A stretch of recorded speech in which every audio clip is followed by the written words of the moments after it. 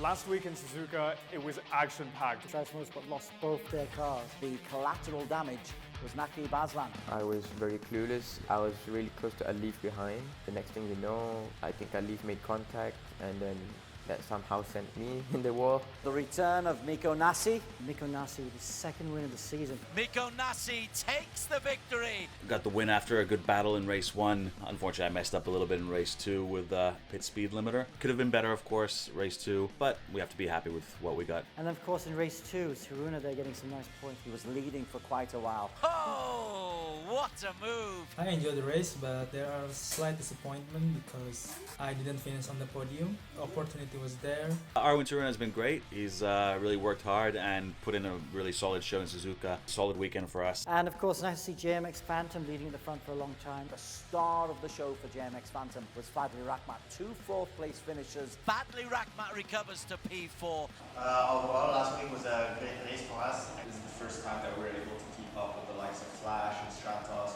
ending up 4th with a good chance to win at the end. I think was a really solid performance. Mika Hakimi on the podium in both races. The best result I can get this season. The season has not been particularly good for me. Definitely not been easy, but I think I'm quite satisfied with how things went at Suzuka. Heading into the second half of the season, really becoming the Alif Hamilton show. It's going to be very tough to catch him. It is my 5th win in a row. Did not expect having 5 wins out of 8 in such a tight season like this. Aragon's another fast circuit. It has a lot of blind corners, which makes it very tricky to drive. I had my first taste in it in ERGP. Track limits is such a major issue here. It's going to be a new experience for me. I'm gonna just dive bomb. Trying to manage my tires. Hopefully getting the points again. For Aragon, we will have a Joker format. But what will it be? Stay tuned to find out.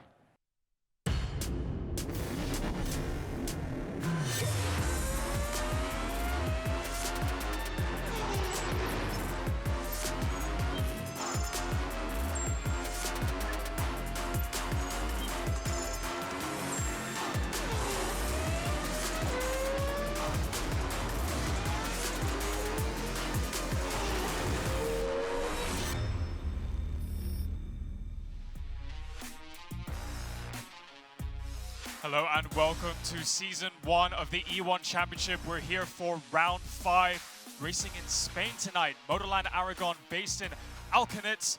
I'm Daniel Woodruff, your host for tonight. With me, as always, is Alex Young, the race director of the E1 Championship. And with us tonight in the commentary box, we have Des Corkill and Amo making his return. Hello, gentlemen.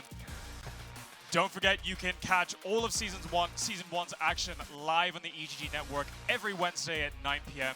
And don't forget, you can also follow us with all the behind-the-scenes action on our Facebook pages of the E1 Championship and the EGG network. Now, last week, we raced at Dez's favorite circuit in the whole world, Suzuka in Japan. It's also one of my favorite circuits. Very quickly, Alex, how did you find that race? What's a quick roundup? Well, okay, I mean, Suzuka is one of the best tracks in the world. Drivers love driving it because it's kind of scary and it's so rewarding to drive on. It's not the best track to race on. Its races there can be a bit boring. However, we saw 2 exciting races last weekend. Des, I have to ask you as well, how did you find Suzuka? Well, I was a little bit surprised, actually, that there weren't more overtaking maneuvers on the long straight coming into the final hairpin, but it's such a beautiful circuit, spoon curve, coming around and into that long straight. It is a beautiful track. Let's go and take a look at the highlights from Round 4 at Suzuka. And there is our pole sitter, and he gets off to a good start. Wow, Alif Hamilton takes the lead. Mikko, oh, there's contact round. Oh, more contact. That's in front. Good job by the Finnish driver. Mika Hakimi could well be chasing his first P2 of the season. Mikko Nassi takes the victory. We are underway. Ayman Hakim is the new race leader. This is P2 now for Mohammed. Alif Hamilton, though. Hakimi is there. Presley trying to hold off to Dashi. Hakimi on to P3. Alif Hamilton eases past Fadli Rahmat. You've got a Team RSG battle for P2. And Tadashi edges through into P2. Win number 5 for Mohammed Alif Hamilton from Singapore. Official results, the overall final results. Mohammed Ibrahim fastest in qualifying. See, Fadli Rakhmat got fast qualifying and P4 as well, but Miko Nasi picking up his second victory of the season, having qualified 4th fastest. And then Mohammed Ali, his 5th win in 8, ahead of Tadashi. And Mika Hakimi had 2 spells on the podium. 2 third places, very impressive. In the overall weekend, though, Mohammed Ali, 52 points out of a possible 57. My word, he is skating away with it. So we can see Alif Hamilton over there pulling his points lead up at the front again. Now we're officially halfway through the season. We're at round 5 of 8. Some say, Alex, that Alif might be a little bit too far ahead for anybody else to catch, but we think it's still too early to call. Yeah, it is too early to call. I mean, it is a huge lead, and the way Alif is driving, it's not just the lead. He's driving so well, it's going to make him very hard to catch. But we're just over halfway through the season. We have got drop points, and when you consider drop points, it will close down the gap a bit more. And don't forget, the last round, double points. It is motorsports. Anything can happen. Let's put a spotlight on something a little bit more controversial that we saw at round 4 in Suzuka. I'm of course talking about the little incident. I say little incident, it really wasn't a little incident. It had some pretty severe ramifications between the teammates at Stratos Motorsports. Before we delve into some of that analysis, let's take a look and see what happened. Ibrahim gets off to a good start. Nakib Aslan, he's second in the championship right now. Will the race come to him? That's a high-risk move, though. Somehow he squeezes down the inside of the hairpin. P2 for Mohammed Ibrahim. What's the gap between... Oh, and he's taken out. Nakib Aslan.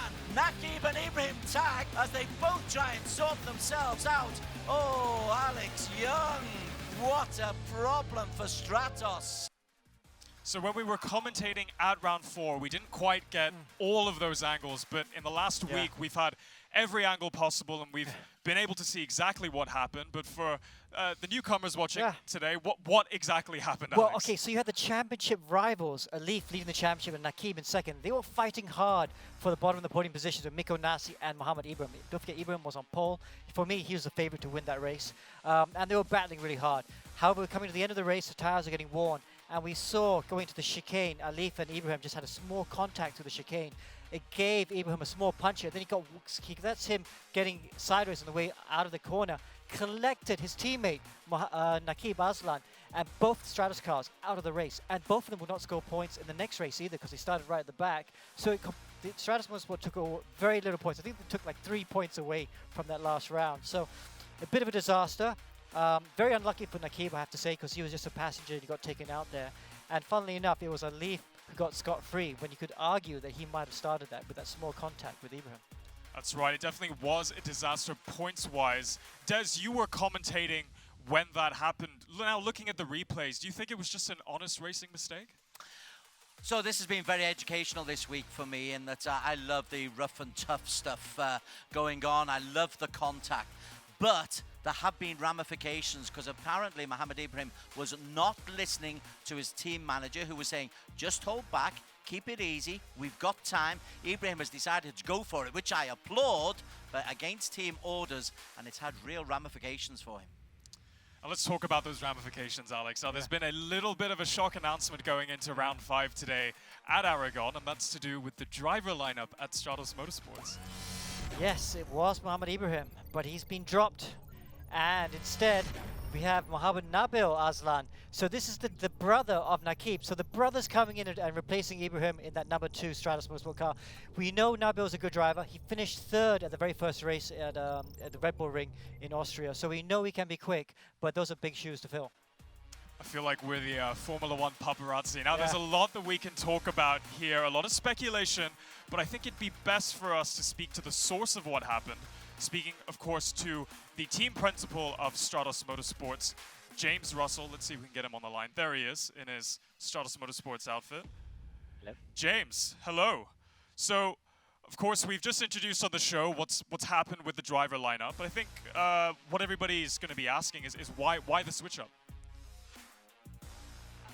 I mean, we had a few incidents throughout the season where things didn't quite go to plan and things weren't working as well as they should have.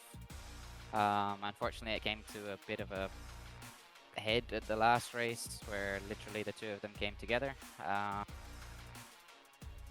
So something had to be done, and that was what was done. Fair enough, and I guess it was a difficult decision, but something that team managers do have to do.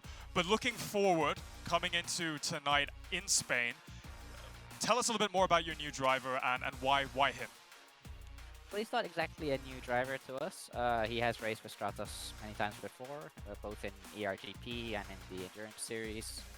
And actually, he's been our reserve driver for the whole season of E1. And he's been qualifying through the leaderboard to be racing as well. And he's had some really good results. I mean, despite having to carry the 15 kilos extra weight, which the leaderboard drivers have to do, he's had some very good results, and he's got some good points in the championship. So hopefully now we take those 15 kilos off now that he's in the green car. Hopefully he can continue that.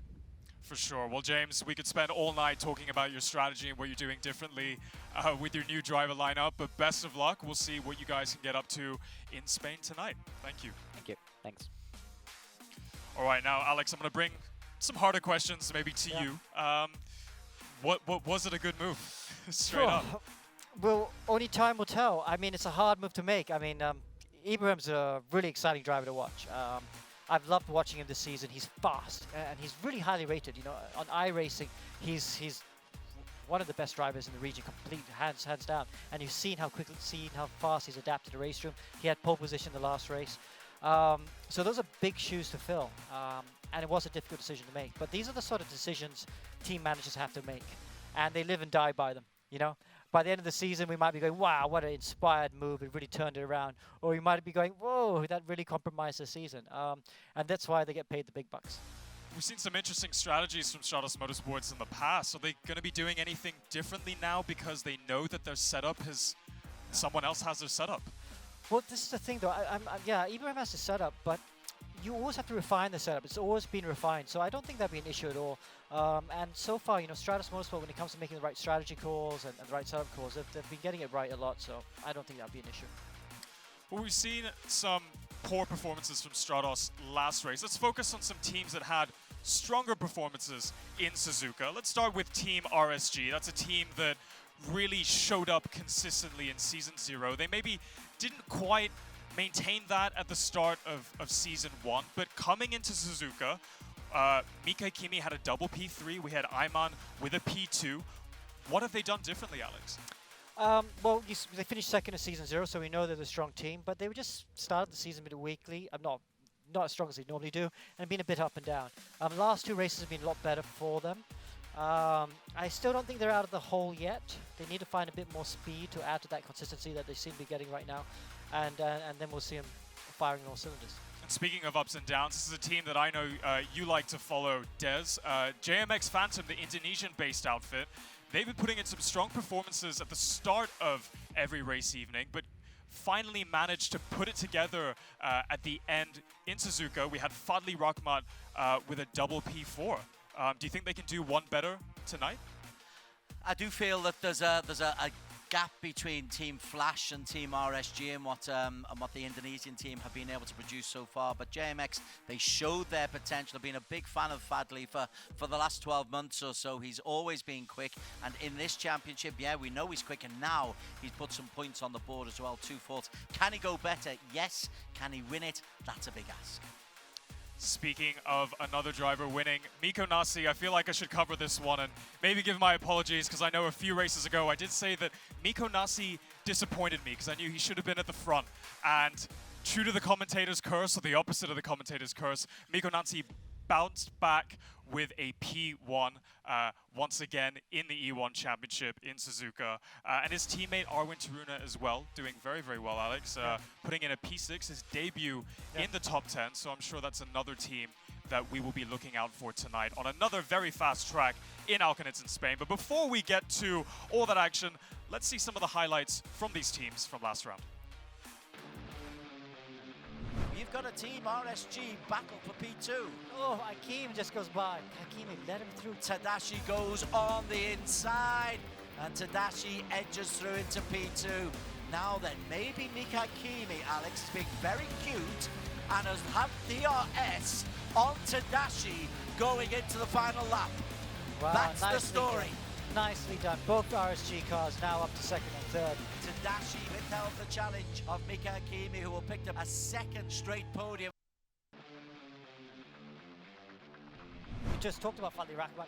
There he is, fighting with his teammate at the moment. Fadli Rahmat recovers to P4. It's on Fadli now. If he can keep on, he might just have enough. This is the moment. Alif Hamilton eases past Fadli Rahmat. A brave gamble from Fadli. It lasted 26 minutes. Fadli Rahmat is holding on, and he will hold on for a P4. There is Nasi in P3, looking as usual very cool. Nasi getting very aggressive. Oh, more contact. Nasi's in front right now. Good job by the Finnish driver. Mikko Nasi takes the victory. First of the season for Nasi. Taruna right now. Oh, he's got up to P2. Did a great move around the outside of Josh on turn 1. He's going to try and go around the outside. Can he go around the outside? Yes! Oh, what a move. Taruna, big bang around the outside, sends Hakim around. After all of that action on track at Suzuka, let's take a look at the championship standings ahead of round 5. Competitive, apart from Alif Hamilton being 79 points clear of Nakib Aslan, but only 11 points between Tadashi and Nakib Ifo for P2. And not too far away, both Mikko Nasi and Josh Perwin. Don't count them out, and with double points in the last round, this championship ain't over. In the overall team standings, I can tell you Team Flash are romping away with it. That combination of Alif and Jason Tay accumulating 281 points, but it's tight behind them. Stratos, despite last week's problems, 177 points, RSG 163, Safe House 97. Not too far behind them are ERacing GP, who've got a very interesting lineup this week. Now, championship points aren't just important for eventually winning the championship and getting a little bit of that $15,000 US cash pool, but it also has an influence on today's Joker format. Now, Alex, I'll let you explain that, but let's go straight to the graphic of understanding tonight's race format. Well, I mean, the Joker format is going to be a bit different this weekend because we decided right at the very beginning of the season that this round would be a Joker format. And we could basically decide what we wanted to do. We could do an hour race, we could do 10 5-minute races, whatever we wanted to do. In the end, though, we decided let's try and keep a little bit of similarity. So we didn't change it around too much, but it is different. So qualifying does matter. Qualifying does count. We still have qualifying because you got the top 5 who can score points. However, there is a difference that the qualifying will not set the grid for race 1. So for race 1, the grid will be decided by championship orders in reverse position for the top 20. So the top 20 in the championship are reversed. So whoever's 20th is first, and Alif, who's 1, will be down in 20th position. And then the rest of the grid will be in championship order. So that should make for a very exciting race 1. And then race 2 will be the same as normally is, which is a reverse grid of race 1. And we'll spin the wheel to see how much we reverse. Well, it's definitely going to spice things up. Let's jump into a little bit more detail about the championships formats. And here we go. Here's the calendar. Yep, let's take a look. We've gone to Austria, we've gone to Germany, we've gone to America, we've gone to Asia, and now we're back in sunny Spain. Yeah, back to Europe. And now we're racing at Motorland Aragon. It actually, the track difficulty 5 out of 10, actually should be 7 out of 10. It's a very tricky track to drive. There's a lot of long corners where you need a rhythm. But the corners tighten up. A lot of these long radius corners tighten up quite a bit. So if you're a bit too greedy with the throttle, you're always going to run off track, and track limits will be a problem here. So the drivers are a bit more smoother, gets to those early turn-ins to the apex, and are a bit patient with the throttle. They're going to be quick here. If you're too aggressive, like to brake super late and stab the throttle, you're going to be very slow. All right, and here's a graphic to help you explain in a little bit more detail, Alex, the Joker format for tonight. Yeah, so there's the Joker format. You can see there's qualifying. Does not determine the starting position. Race 1 is a 20-minute race, but of course reverse grid for championship standings like I just discussed. And race 2, another 20-minute race, but as per usual, reverse grid for race 1. There's our top 20 that is going to be reversed for tonight. And who does that put on pole? It puts Jackton Chung up at the front, the Hong Kong driver, and the fast Filipino back in P2. And for the points, this is why we have qualifying, so we can still give points away for qualifying. So the top 5 will score points, and that's what they'll be fighting for. And of course, the race points are still going to be the same. 25 for the win, all the way down to 15 for 1 point for both races. And there's the ultimate name of the game. It's to get a little piece of that $15,000 cash prize pool, $5,000 ultimately going to our champion. Now, this Joker format is going to disadvantage a lot of people, but it's going to put some drivers in a position that they're not very used to. Jack Tin Chung up in pole. I mean, that's... Is he going to hold his own? Well, you know, we've not seen much of him because he's always been in the mid-pack, but he's one of the best drivers from Hong Kong. He's fantastic in the racing game. He's still a bit inexperienced with this particular car, and I want to see him at the front because I know he's got great racecraft. Well, I'm excited to get this racing underway, but first, a very short break. Don't go anywhere.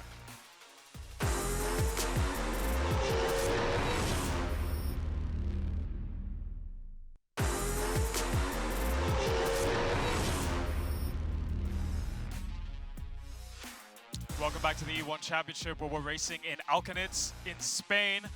We have qualifying starting very soon, and we have that Joker format that's going to affect our lineup for race 1. But before we get to that, let's take a look at our driver lineup for tonight's action.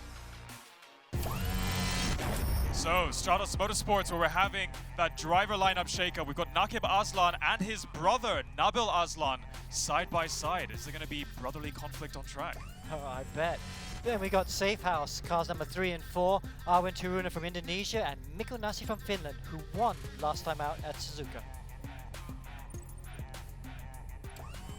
Next we have our boys in blue, Team RSG, back on their tip-top form, collecting their points as they should be. Are they going to keep that up for tonight? I really do hope so. And then next up, we have the sister team of Stratos. This is Scuderia Stratos, and as Des likes to call them, the Malaysian boy band, Troy Iman, age 17, and Arif Azmi, age 16. Then we have GT Radio Eurasia Motorsports with the fast Filipinos, Inigo Anton and Joaquin Garrido, who will be starting in P2 in race 1 with that reverse starting grid format. Okay, now with Black Wolf Racing, and they have a driver shake-up. Kalen Chin is there as per usual, but Mohamed Zini is taking over from Daniel Uy, who has just been flat out with work, and be interesting to see how Zini goes. And then I1 Racing, the Brunei-based outfit. I really do love this team car color. It really is my favorite color, with Benjamin Seek and Lance Lau alongside it. And then we have JMX Phantom from Indonesia, top Indonesian team. Presley Martono, he's had pole this year. Let's see if he can get his first win. And Fadli Rahmat, who's been on the podium, but showing great pace lately. Black Arts Racing, a team that needs no introduction in the traditional motorsport scene, fielding Josh Perwin, who's been really showing up in the last few races in Season 1. Alongside him, Alistair Young, a familiar last name. And then we have another very similar liveried car, and it's a Z Challenger. Hong Kong team, and you got Jack Tin Chung. He'll be starting on pole today in race 1, and Jay Young from Taiwan. And Team Flash, Alif Hamilton, a man that needs no introduction to the E1 Championship, all the way up in P1 in the championship standings, and alongside him, Jason Tay. And then we have Vietnamese, Some Saigon United Motorsports, E1 Vietnam team, and we have Long in car number 31, and Hui in car 32. New team, and getting stronger all the time. And for the EGG Network team, we have Leona Chin, a familiar face, but an unfamiliar face coming all the way from Italy, Octaviani, Alessandro Octaviani, racing alongside them. Yeah, he'll be quick today. And then the ERGB leaderboard team, Ayman Haziq there from Malaysia, and a guy that we've seen quite often before, Francis Angelo Gonzalez, and they're in cars 21 and 22. Now, we know the E1 Championship has a very strong driver lineup, but in race 1, we're going to see something that we haven't really seen before. We're really shifting the entire top 20, and it means that we're going to have a lot of drivers that aren't used to being up at the front, starting at the front. What's that going to do for the racing? Well, it's going to mean the racing is going to be very close. A lot of the faster guys trying to come through. We've seen reverse grid races before anyway, so that's going to be exciting.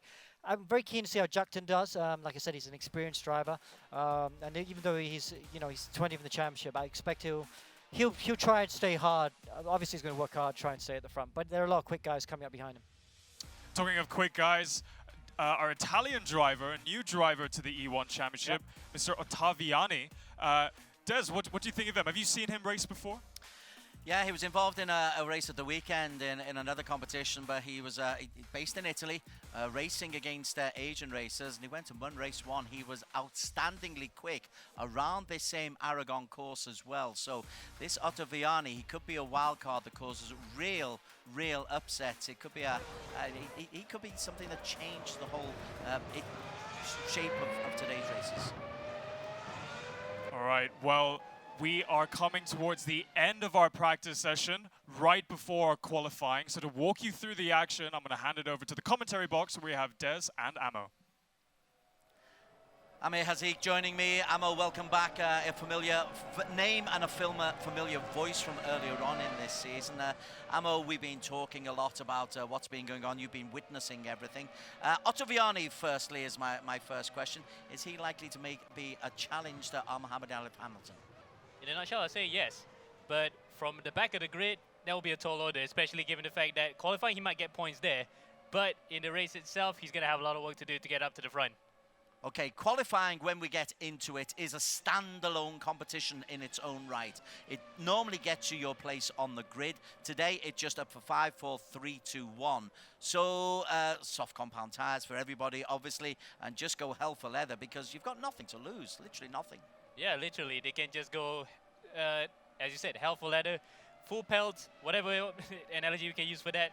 Then you can just go for it all out. But for the race itself, they're going to have to be very, very conservative, especially with the fact that tyre wear is going to be a major factor here at Aragon. Okay, we can get onto the race itself just in a little while. We know about Hamilton, of course. We've had our opinions on the likes of Team RSG, the Team Safe House. Who, other than the big names, has impressed you in the 4 rounds so far?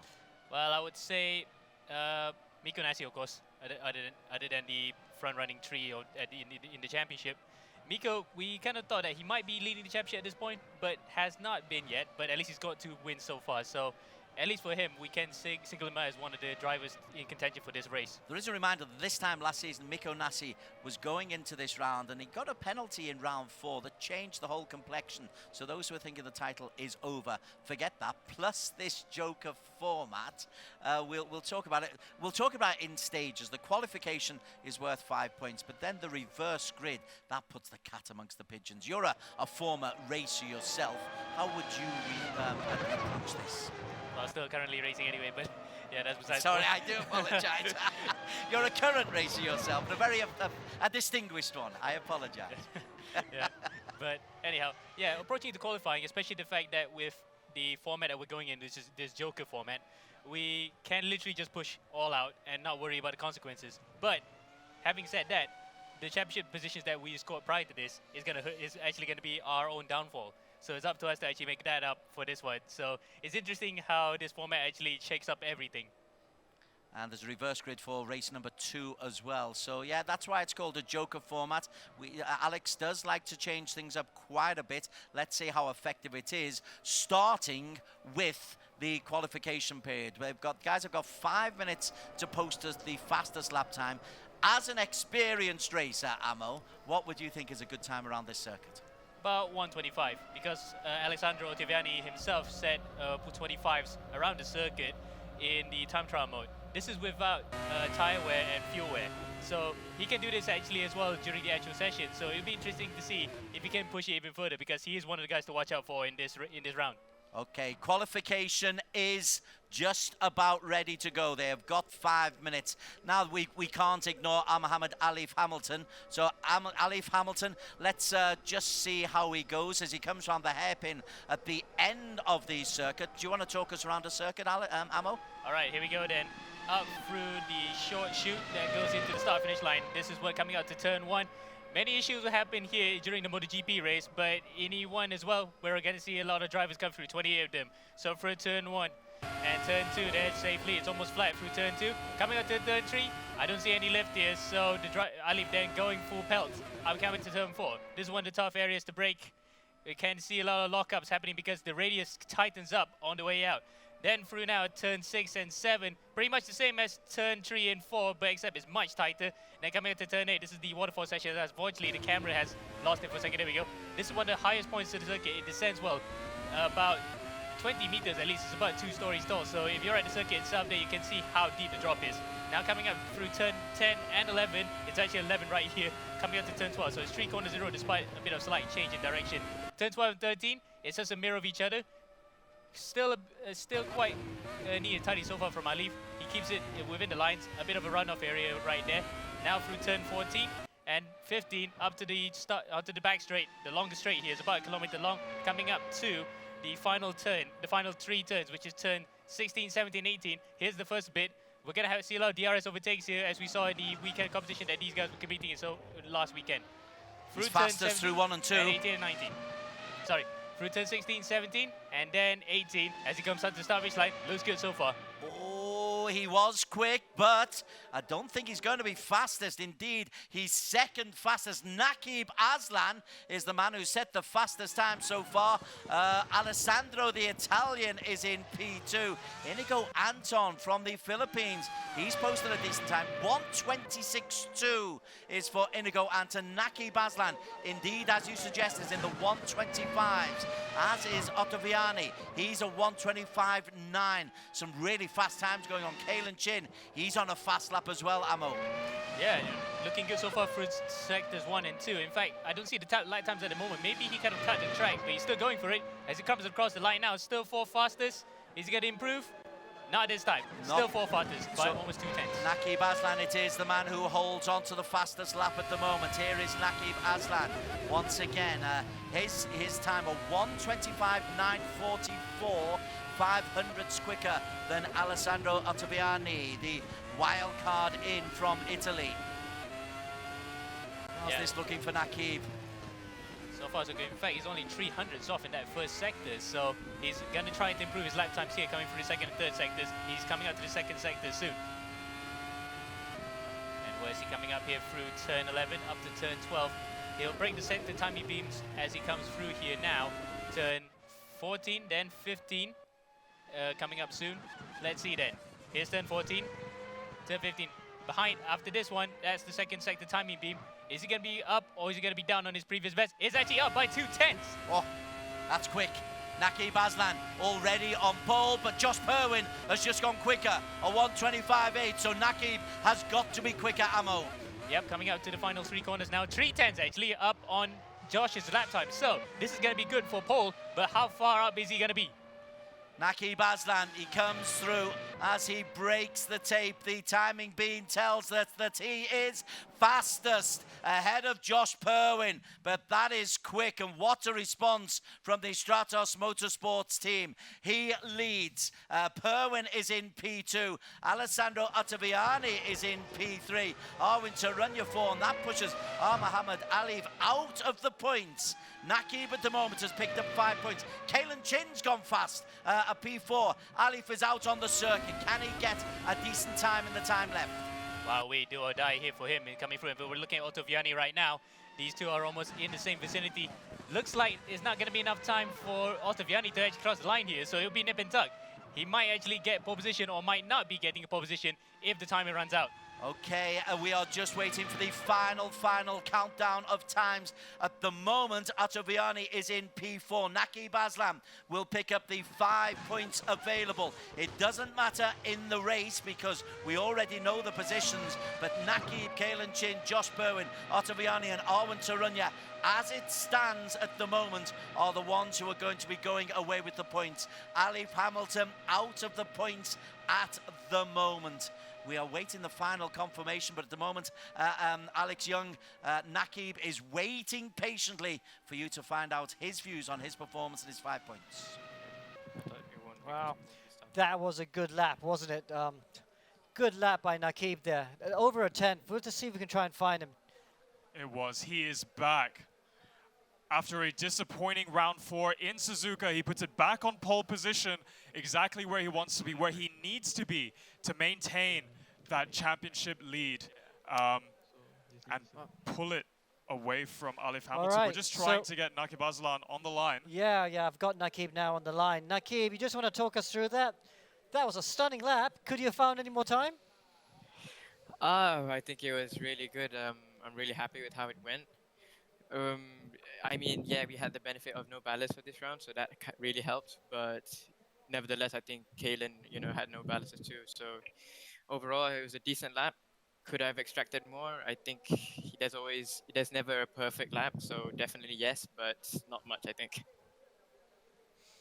Okay. We're not going to ask you strategy. We got a bit of break. We'll ignore that graphic that's showing on screen right now. That is not going to happen. We're not going to have a race going on right now. So you know you had Suzuka was the round you're going to drop. Obviously, the pressure's on. Do you think you can be able to convert it for the win? I mean, you're not starting near the back. You're not the front. Unfortunately, you're going to be starting near the back. Yeah, I mean, that is true, but we've got on the right foot, you know, had the maximum points for qualifying. So we've shown that we have the pace, and confirmation to ourselves as well that we do have the pace for this round. So hopefully this time we can convert it into the race win. Yes, it will be difficult coming from the back, but that's where the fun is, overtaking everyone. Okay, well, congratulations. Anyway, good luck. You're going to have a really busy race coming back, I think, from P17. Yeah, Good luck. it's going to be fun. Thank you. Thanks for that little reminder, Alex. I completely forgot that he wasn't actually going to be starting on pole. I was like, we're P17? Definitely going to be an exciting fight from him up the field. We have another fast track tonight. We came from a fast track in Suzuka. Alex, talk us through your tips to tackle Motorland Aragon. Oh, okay, so like I said, this track is all about these long corners that tighten up on themselves. So you really got to make a car that doesn't have any understeer. You can see that you do need. It's kind of tricky because the first two sectors are all high-speed corners, and you got to carry a lot of speed. You need the downforce for that. But because of that long straight, you see the long straight between turn 15 and 16. That's got to be for a lot of overtaking. So you can't run big downforce, so they run up medium downforce. Yeah, so you need a really good balance for the long corners, and if you can get a balance for those long, tightening corners, so you'll find a lot of lap time.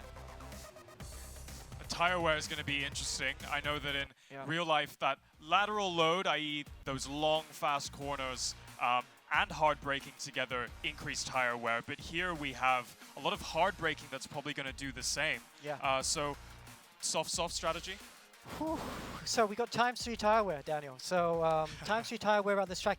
You see, I don't think it's as hard as Suzuka, so I would have thought with ×3 tire wear you could just do hard tires for the full 20 minutes. You might be able to make it. But if the tire wear is higher than expected, then they might have to do a pit stop, and it might be hard soft, or I don't know if anyone's going to try soft. I don't know if soft softs can be done, but I would love it if someone did try it. But do you think that soft is not the best strategy for the fast drivers at the back so that they can clear the field as quickly as possible?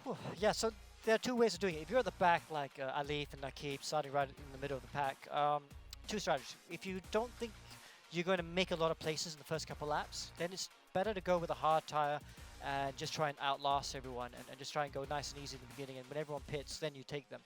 But if you want to be super aggressive and just say, I'm going to overtake a whole bunch of guys in the first few laps and I'm going to be super aggressive, then it's better to go with the soft tire. Use up those tires, just go for pure pace, come in for that pit stop, and then try and catch everyone else up after you've done that pit stop. Well, we're going to have race 1 very soon. And as a reminder for all the viewers that might have just joined us, we have a Joker format tonight. So our race 1, which traditionally is 15 minutes long and has a starting position with derived from qualifying, it has now been changed to a 20-minute race, so it's longer, which means your strategy has to change. We also have the starting grid deriving from the championship standings so far reverse, and you can see who's going to be starting on pole there on the graphic on your screen. Jackton Chung will be starting on pole. Alex, this is a driver that maybe isn't so used to starting on pole in the E1 Championship. What do you think is going to be going through his mind? He's a very experienced driver. He can win from the front. He's the sort of driver that has got the racecraft for it, but I don't think he's got the pace of these cars just yet. Same for Joaquin Garrido. Arwin Taruna, he's one of the guys that, if he gets to the front, I think he could pull away. I've seen him win races from the front, and he's quicker with his car now, so he'll be a factor. Arif Azmi there in Scuderia Stratos in P4. He's also a driver that had a very good race in the weekend, ERGP, won a race there. So he's coming to some form. He could also go strong. Who else will be down there? The JMX boys there in, what's that? 7th, 8th, I think. They'll be strong as well. But other than that, you got to look for the guys at the back coming forward. We know Nakib's quick. We know Josh Poe, who qualified P2 and got 4 points. He'll be quick.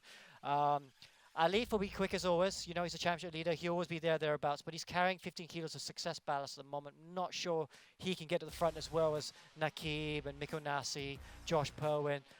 Expect the RSG boys also there to come through as well. And of course, let's not forget Inigo Anton. Inigo Anton from Philippines. He's very, very quick here.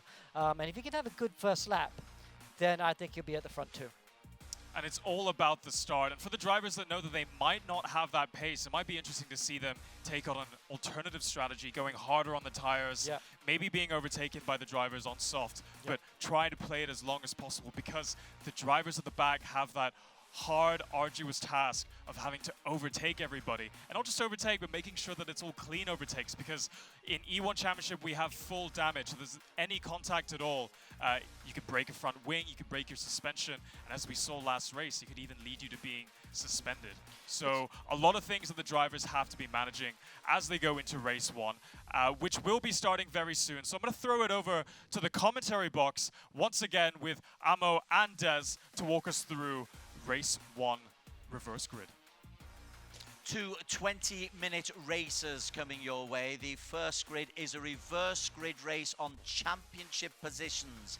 That means the championship leader starts in P18. Mohammed Alif Hamilton will start in P18. Slight delay because we're changing servers to get onto the race itself. As a racer, Amo, you'll never, I won't forget this again. As a racer, does this waiting just, you just want to get on with things, do you? Yeah, basically, kind of like you can have your butterflies in the stomach or shaking the legs. It's just stressful to wait because you just want to get on with the action. You just want to try and get the better of your rivals immediately. But with this waiting time, you can also treat it conversely as like a time where you can just calm yourself and try not to get too bothered by the situation, because you know that it's going to be a long night and you just want to keep yourself calm as possible so that the race will actually come good for you. You say it's a long night, it's only 20 minutes, it's a sprint, or are we getting towards the period there where the drivers will think, yeah, I've got enough laps here, I've got 12 or 13 laps to pull myself from P17, P18 up to the top? Yeah, basically just buy your time, because right now, the guys who are further behind, they can also talk with their team about giving the best possible strategies, especially the race engineers that obviously they're going to pay for as well. They're going to try and give them the best possible way of actually getting up to the front. You can ask them to go long in the first stint and then go short in the second, as what Alex mentioned, or they can go easily aggressive at the start. So it's just a matter of how the drivers prefer which strategy or not. But I think by our reckoning, it's going to be the long run. Interesting that you say that. I'm just looking at the tyre compounds that the race have got on in the practice server at the moment. They're still in practice. As soon as we've got that sorted out, we'll get into the actual race itself. But you've got quite a few guys, the likes of Jack Din Chung starting on soft, Inigo Anton, Joaquim Garrido, the Filipinos. There's a lot on mediums. The likes of Tadashi is on medium. Francis Angelo Gonzalez on medium. But the big players, the big boys, seem to be on hard compounds. Yep, and that's kind of expected for them because they're starting further behind. So they might as well just go long in that first stint. No point in trying to get damaged like what we saw last time out between the Stratos boys, where they took each other out and are now further behind the team championship. They just want to play it safe for the first part. Then they can go aggressive in the second phase of the race after the pit stop, where they can just go all out. Okay, let's just go onto some live pictures. And Jack Din Chung from the Z Challenger team is somebody who will be on pole position, Jack Din. Here he is in qualification. Now, he's got a lot of pressure on him, young Jack Din. He's been able to fly under the radar so far. Now he's up front and centre. Let's just have a look around the lap and get your analysis on how he's racing. Well, we can't see much for now because he's still in practice, but be based on his own experience, because he's also, in fact, he's going to go off into the final corner because he knows that the session is going to end anyway. But as him being in the touring car experience, you know, like World Touring Car Cup, he's been in several finals, including the grand final in Asia and in his homeland in Hong Kong. He's going to be used to this because touring car racing, there's a lot of changing about, especially with the whole practice sessions, with the whole race sessions where they reverse an entire grid. He's going to be used to this. But he's not going to be used to is driving a high-powered single-seater up at the front. So it's going to be really, really hard for him to keep up with some really hungry guys right behind him. A bit of pit stop practice there for his teammate, the young Taiwanese Jay Yang, who has not benefited from the reverse grid. Jay is going to be down below the bottom 18 places, so we will keep an eye on Z Challenger. Right, we are nearly set. We are 1 minute away from this race. The Joker race format. Back quickly to Daniel and Alex once again, just to talk us through very quickly. Yep, once again, for everybody just joining us tonight, we have a little bit of a shake-up in our race format, and we have our championship standings reversing. Yep. We got to go to the race now. Start Not grid. much Oh, time. back Sorry, to you boys. I just wasn't sure if we had much more time there because sometimes it counts down very quickly. But yeah, sorry, Danny, just to overrule you. But yeah, it's going to be very challenging indeed. Championship leaders there in 17th and 18th position. Down to the final 15 seconds. We will keep a close eye on the Z Challenger car. Also, I think it's worth keeping an eye on Arif Azmi from Scuderia Stratos. The boy band leader is in P4, and he can be very, very quick.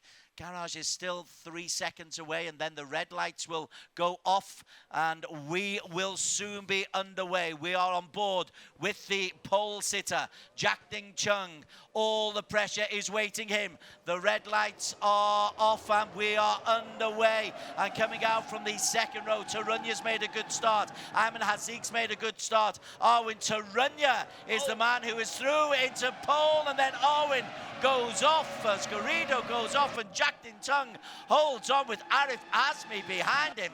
But behind that, what happened to Garrido?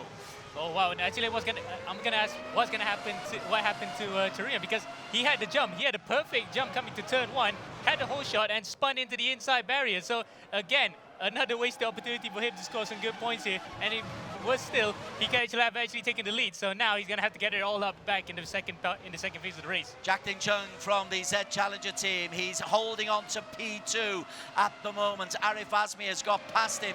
Jack Ding under pressure from Ayman Hazik from the ERacing GP qualification group. But Jack Ding, so far so good, has been able to hold off a bevy of challengers as he's coming to the midway point of this first lap. Yep, and we thought that he was going to be struggling a bit at the start because he did have a really poor start. In fact, the wheel spin at the start there cost him dearly, and we saw that's why Tarunya got to the inside and took the lead.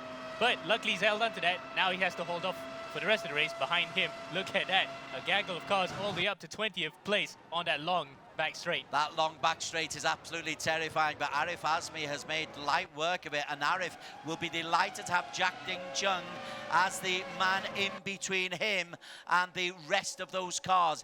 Ayman Hazik is in P3, Choi Ayman in 4, Kalen Chin 5. Mohammed Nabil has made a good start. He is up to 6. Sorry, let's go back to Arif Azmi, the race leader. Haven't given him much TLC at the moment. He got off to a storming start from P4. Yeah, he actually made the most of Tarunya messing up that start, and then jumped on to capitalize on Jack Ding, being a bit hesitant after Tarunya spun, and took the lead. Now can he hold on to the lead? That's another matter entirely, but it's looking so good so far for Arif, who has not had a rub of the green this season so far. Best position, 8th, and that's pretty much as good as it got for him. He just needs to keep it together here, and he will probably score a very valuable win. A first win of the season. Once again, let's have a look at Jack Ding Chung. He is holding on to P2. He's racing pretty well, and he's got the DRS as well, which is good for him as he takes this very quick left-hander. It looks like he's no time set on lap number 1, which is interesting. But these three, Amo, are getting away from everybody else. Interestingly, both Arif and Jack Ding on the soft compounds. Yeah, in fact, with the soft compounds that he's on right now, he might actually have to pit, because the 20 minutes here, despite it being short into the duration, is actually quite long in the tyres, and especially with the tyre we're running, he is probably going to have to pit soon, so we have to keep an eye on that. Meanwhile, we're watching his teammate on the cusp outside of the points here in 16th, and look at that, the guys in front are fighting. In fact, the 2 RSG cars, Alessandro Octaviani, are fighting each other. He just needs to get up to them right now when they're battling to actually score any good points. In fact, Jay has scored only 6 points all season with a best finish of 12 at the opening round, so he just needs to get it going now to score more points here. The good news for him, and he'll love this, he is ahead of our Muhammad Alif Hamilton. Jay Yang currently in P16.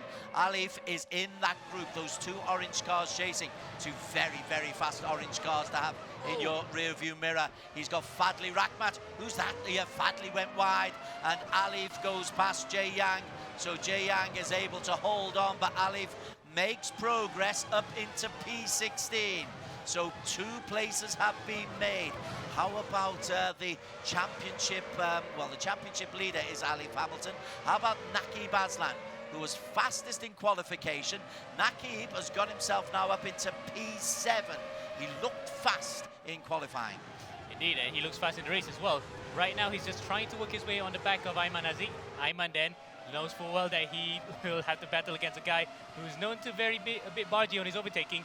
Now he's on the back straight here. Both have DRS, interestingly, because Ayman actually got DRS from Naki's brother Nabil. But it won't be enough here. He has to defend coming into the hairpin. Naki goes onto the inside, and can he take the place away? Just about, he just about does, and Ayman there, a bit pragmatic. Didn't want to defend too much because he knows that the race is still on here for the next 15 minutes, so he could get back at Naki later on. We are on board, and Inigo Anton is down in... So that's Presley Martono there, looking for Presley Martono.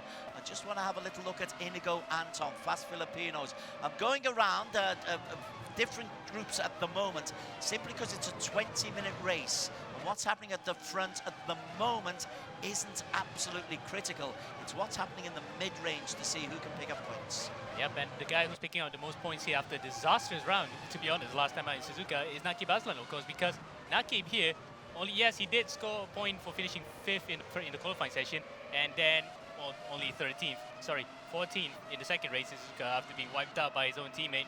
He will probably just need to score as many points as possible, because knowing right now, Alif is only going to score, in fact, 0 at the moment. He's in 16th, so he's going to make out good points here and a lot of ground at this very race in Aragon. We are on board with Inigo Anton. Ayman Hazik is beyond him, so Inigo, the best of the Filipinos. Presley Martono from Indonesia is the man in the orange livery who's been putting pressure on. Naqib and Nabil are really making good progress up at the front. I just need quickly to move to them, because Kalen Chin in P4 is certainly swamped by Scuderia Green. And Kalen is taken by Troy Ayman, Nabil and Naqib on one corner. What a moment. Wow, he just got taken over by Yoda here. 3 Yodas, because he's a big Star Wars fan, so he will not be happy to hear that. But it's just that he just got nicked there at the final corner. But final 2 corners by 3 cars, all basically the same team. He just has to regather his thoughts here and try not to get that into his head and try to gain back what was actually 4th position on the road. So disaster for him at that very moment, but race is still not over yet for him. Okay, let's have a look at Joaquim Garrido. Garrido was the man who was on the front row of the grid. We'll again break away from that for a moment. Joaquim Garrido is currently in P10, having been on the front row of the grid. So the GT Radial Eurasia Motorsport man hasn't been able to hold on to that lead that he had. Arif Azmi and Jack Ding Chunga pulling away. Troy Ayman and Naqib and Kalen and Nabil are in a race, but in the points at the moment is Joaquim Garrido from the Philippines. But he's got Jason Tay and Tadashi right behind him. Yeah, he's not in a very good group, isn't he? Because he's got so many fast drivers right behind him. Right now, at least, Garrido, he's actually on course to score more points in the championship, because at the moment, at least, his best ever finish in the championship this season is a 10th at Watkins Glen Race 2. So he's matching that right now, but he's going to have to do so hard that he defends. In fact, goes around the outside. There is Jason Tate. Tate tries to go to the outside. He defends on the inside, holds the line, deliberately hangs him out to dry, and still holds on to 10. Jason will probably not like that one bit. He just really got bogged there. Now the rest of the field, they're all the way up to 16th. That includes his teammate Alif, right behind him. So Garrido then, a cock in the bottle at this very moment in time. I don't think he's got DRS though. I think he was more than a second behind Presley Martono. So he is just there for the taking by Jason Tay, Ayman Hakim, and by Josh Perwin, who has got himself up into P13.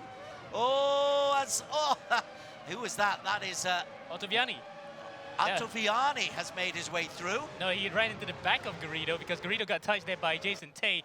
Tay then, almost the big beneficiary of the lot, only to lose out a few positions then. So Ayman Hakim actually has gotten in front of this gaggle of cars, is absolutely kicking off at the lower end of the point scoring positions. Well, we said Octaviani would have an impact on this race. I didn't quite think it'd be in that kind of way that he's taken people out. So Octaviani, he didn't suffer too much damage by the looks of things there, because he's still lapping pretty quickly at 1:30.7, his fastest lap. Yeah, but he's about more than 2 seconds off the fastest lap time that is being set right now by the leaders of the race. So, sorry, almost 2 seconds off. It's not looking good so far because he's been held up in traffic that much at this point as Out of Nakib the goes front, lead. Nakib Aslan goes past Jack Din Chung into P2. Sorry to cut you off. Troy Ayman and Mohammed Nabil are there. It is a lime green swarm around Jack Din as somebody goes off. Kalen Chin has gone off at the back. Kalen has gone out of the game, down to P10, P11. Nightmare for him. So Arif Azmi leads from Nakib. Jackin is still able to hold on somehow. Jackin, is he able to hold off the challenge from behind of Troy Ayman and Mohammed Nabil? Nabil has a look on the inside. Ayman has a look on the inside. That green swarm on the Z Challenger. And Jay, look at him, bottom left of your screen. Does he look worried? No, not really. He's probably used to this because, of course, we did mention earlier, he has been in finals and championship winning positions in touring cars, WTCR cars, but probably has not been used to driving side by side, wheel to wheel with cars of higher power. In this case, single seater cars. He's going to get micked here for 2 positions as Nabil and Troy have taken it away from him. Now he's going to have to fend off from 2 more cars as I'm asking, did he sustain a puncture? Looks like it. Yes, he did.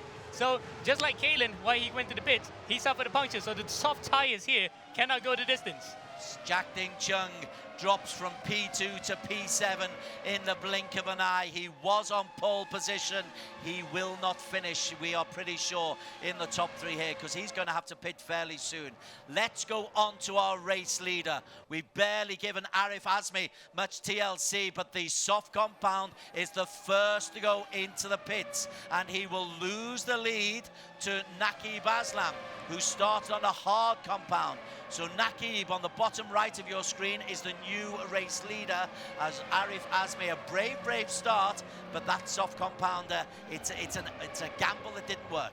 Oh, indeed. And the fact that the hard tires are still a gamble, because we saw from practice sessions, well, firstly, I saw from practice sessions from some of the teams, that when they went on hard tires, they couldn't go the race distance either. In fact, they got punctures on the last lap, so it might not still be over yet. People on hard tires who on Delta is much slower anyway. So if they come in for the pit stops, they're going to lose to the guys who have pitted on, this case, hard tires. So Arif Azmi has gone, Arif Azmi has gone on double soft, so he's going to go soft all the way to the end. That's going to be interesting. That is going to be interesting. Nakib Aslan starting on hard. He's your new race leader. 3.8 seconds, 4 seconds clear of his brother, and his brother is playing spoiler, I think, to Troy Ayman and Ayman Hazik. It's all Malaysia. 1, 2, 3, 4. Inigo Anton for Philippines 5. Presley Martono 6. But this is a really good start for Nakib Aslam. Hard compound for him. Let's look onto our championship leader, Mohammed Alif Hamilton. He's got himself up into the top 10, Armo. Top 10. And he's playing the long game as well, because he's also running on the hard tires. Yeah. So all the drivers up to Jay Young in 16th are running on hard tires. So they're trying to stretch these tires all the way to the end. The guys on the softs at this moment, because Arif Azmi is the leading runner on the soft tires here, will have to make out the time on the track, unless these guys are also going to pit as well. So it's looking like a fruitless task as Alif goes to the inside. Mika nearly gets it at turn 1, and he's going to drop back to P10. So Mika then had a wake-up call from Alif. Yeah, Mika Hakimi is the man who is just in front of him. And there is Mika's view of Alif Hamilton, who had one little nibble at trying to take P9. He is playing the long game, but the long game only has 7 more minutes to go. It is that 20 minutes just disappears in the blink of an eye. Indeed, and we say long game because there is a pit stop in between. As we saw just now, the soft tire guys just cannot stretch these tires all the way to the end. So they will know full well that coming into the second race, they're going to have to do the same thing. Except this time, they're going to try to switch up the strategy. They're going to go either hard or soft, or hard. So they already learned the lesson here. They cannot go softs all the way. So you're saying there must be a pit stop, even on hard compounds? Presumably, there might be pit stop needed for the hard tires, because I've seen from some of the practice races they had punctures. So it is a possibility that if they drive this hard, they're gonna have to go for a pit stop. So it will be a waiting game here to see whether or not they would. Here is our race leader, Naqib Aslan. He's at the moment in P1, 3.6 seconds clear. It says, yeah, he is P1. Joaquim Garrido is having troubles at the moment. Nabil, it's brotherly 1-2 at the moment. Troy Iman 3, Stratos are loving. Iman Hazik P4, Inigo Anton is in P5. How about our friend Octaviani? What's happened to Octaviani's? P11. Oh, Octaviani's doing okay, P11. Always interested to see how the... Oh, he's sideways there. He's giving it some welly. It was almost like Gary McCoy style there, because, you know, Gary McCoy used to light up the tires in MotoGP in the 500cc's. That looked almost exactly like it, but he would not want that, especially the fact that the tires wear out so fast. So he'll have to reduce that as the race goes on. In fact, the final 6 minutes here will be crucial whether or not he can actually stretch this, or he might have to come in. If he comes in now, it's actually going to be detrimental. Bit of a battle here as Ayman Hakim is on the tail of Inigo Anton. Tadashi trying to pick up into P5. Presley Martono also in that little battle, as is Jason Tay, the Singaporean. We don't mention him much when we talk about Flash, as Inigo Anton makes a mistake and Ayman Hakim Tadashi moves into the top 5, Amo. Wow, wait. Good recovery there, and the team, as we heard from the pre-show, are on form right now. Ayman's going to score points again, but whether or not he's going to get onto the rostrum with other fast drivers in front is going to be another matter. As Jason Tay goes onto the... No, sorry, that's Presley Martono. Martono goes onto the inside of Inigo Anton there. Does he make the move stick? Don't know if he does, as another car is into the bits. No, he didn't. So Anton held onto it, only for now as they come into the first corner, as Martono onto the inside, Anton on the outside, and Martono makes the move stick cleanly this time. Wow, Anton and Alif Hamilton is in that little battle as well. Alif joins in, so Alif has made his way up into P8. 4.5 minutes to go. Naqib is still out on the circuit, gotta tell you. Alif has got himself up into P7. Inigo Anton trails in his wake. The fast Filipino is fading. Fast Filipino becomes a fading Filipino.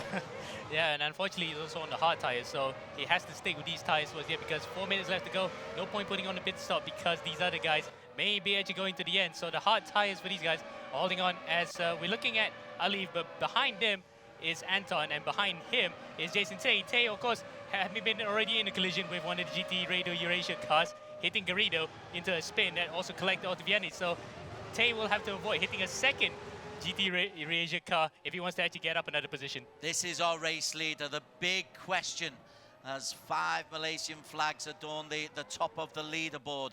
The big question is, will the hard compounds stay the full 20-minute distance? We all doubted it, but the drivers, he's been driving pretty conservatively, Naqib. Yeah. In fact, despite starting almost towards the back, he was in 17th. He made the jump better than Alif coming up to the front here, so he actually loves these reverse grid races even if he's further back. So doing a John Watson back in the 80s, I would say, because he just loves to overtake people. That's his specialty. But also his specialty is his race management. Yes, we didn't see that last time out, what happened in Suzuka, but this one he's really making amends for it, and he's coming back with a vengeance. Well, there is Naqib Aslan, the race leader. Lovely helicopter shot shows the time that he has got ahead of everybody. And driving pretty well. Driving pretty well indeed. In fact, 2.5 minutes to go. Looks likely here that he is not going to come in for a pit stop. So he's played the game absolutely well. Now he just has to see off the job and get the full 30 points. Because remember, he did qualify in pole position in the qualifying session that did not determine the great race. But nonetheless, he's going to score a full complement here to get his championship aspirations back on track. Little bit further down, P7, championship leader, Alif. How's he doing? Well, he's made his way up into P7. Only 2 minutes remaining. So this lap +1 for Alif to try to get past Presley Martono. Ayman Hakim is probably too far ahead of him, but Alif would love to get up into P6, which is worth 10 points. Oh, well, who's that? That's a back marker there, I'm assuming. That looked like one of the Well, that might be Alice de Jong, I think, because he suffered a puncture just now, so he's just trundling back into the pits. So we don't have to worry about him there. That might have caused a bit of a scare for whoever was trying to lap him. As he goes over the start-finish line, Naqib Aslan, though, is on his final lap. Naqib, wow, what a performance. He started in P17, Naqib. Unbelievable that he's just been able to make his way through everybody. And this, is he on his final lap? No, there's probably 2 more laps to go. This plus 1 to go. But a 6-second lead over his brother and his enforcer, Mohammed Nabil. Talk about team orders working well for James Russell right here. Well, I wouldn't say team orders are going to be in play. In fact, it weren't in play, actually, because they're just so far ahead of each other. But it's going to be a good return to the point scoring positions for both cars, number 1 and 2, but it will be the number 2 cars in it with a different driver. Stratos had an absolute nightmare last time out. Now they're coming here with a vengeance, and probably this will kickstart their championship title challenge. Certainly does. Things can change very, very quickly. This is Mohammed Nabil in P2. It's Troy Ayman, the first of the boy banders, in P3.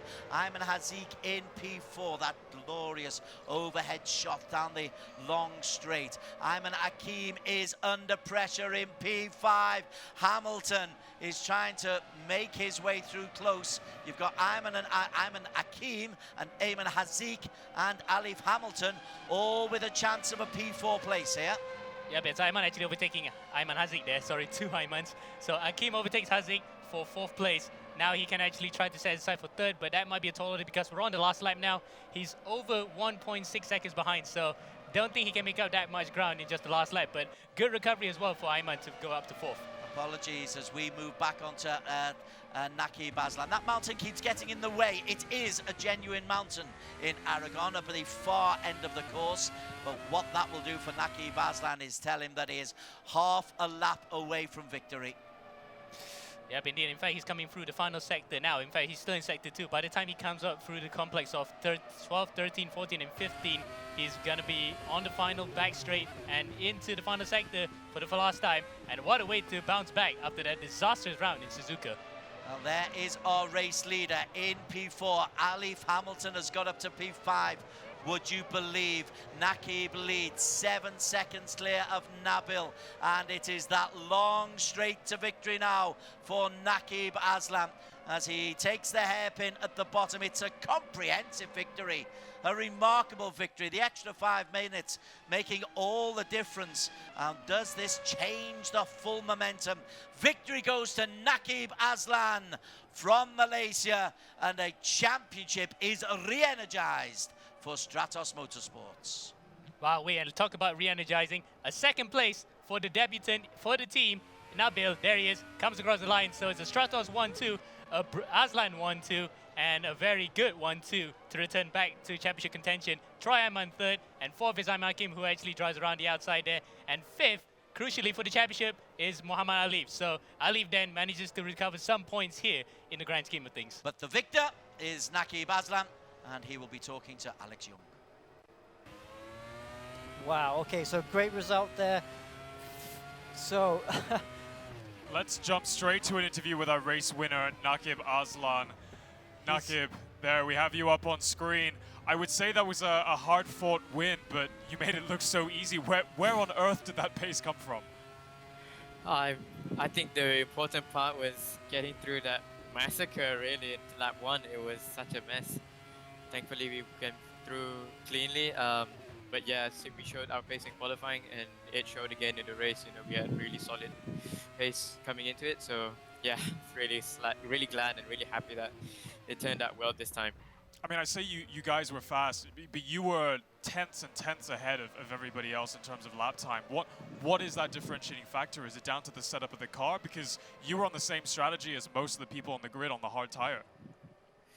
I mean, we're all the green cars are running the same car, so I don't know, maybe, yeah, I don't know. Humble brag, Alex. Yeah, absolutely. All right, yeah. Well, congratulations. It's good to see the title fight come back alive. I'm sure you've been re-energized, as Des and Amo were saying. We look forward to you closing that gap as we go into the second half of this season.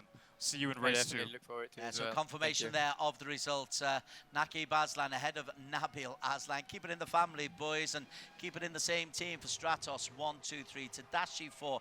Alif Hamilton a very good 5. Ayman Haziq 6. Jason Tay contributing for Team Flash as well. And then Azmi finishing a very, very respectable P8. Inigo Anton and Josh Perwin completing the top 10.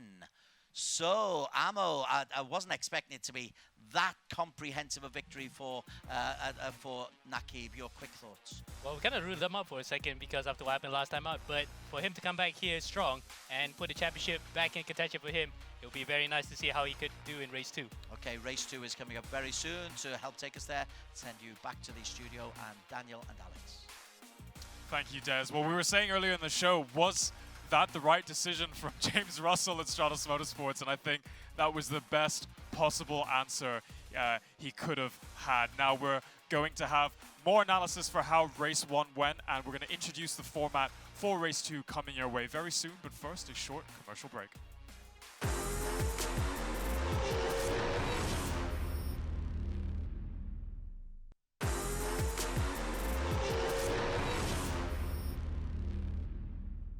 So Vietnam had big ambitions. These drivers come in and bring virtual racing to the people of Vietnam.